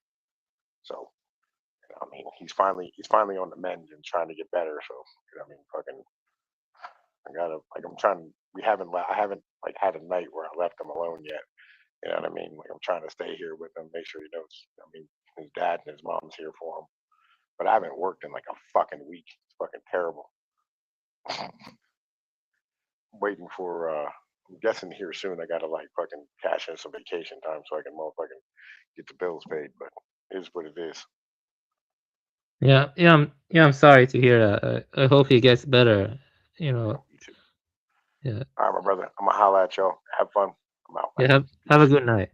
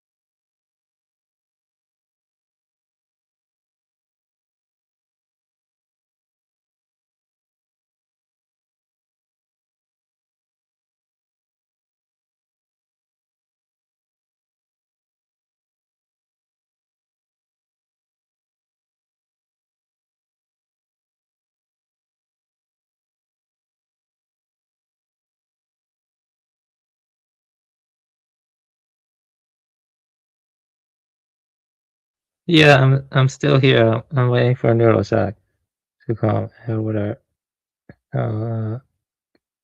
At least I should have mod privileges or something. Oh.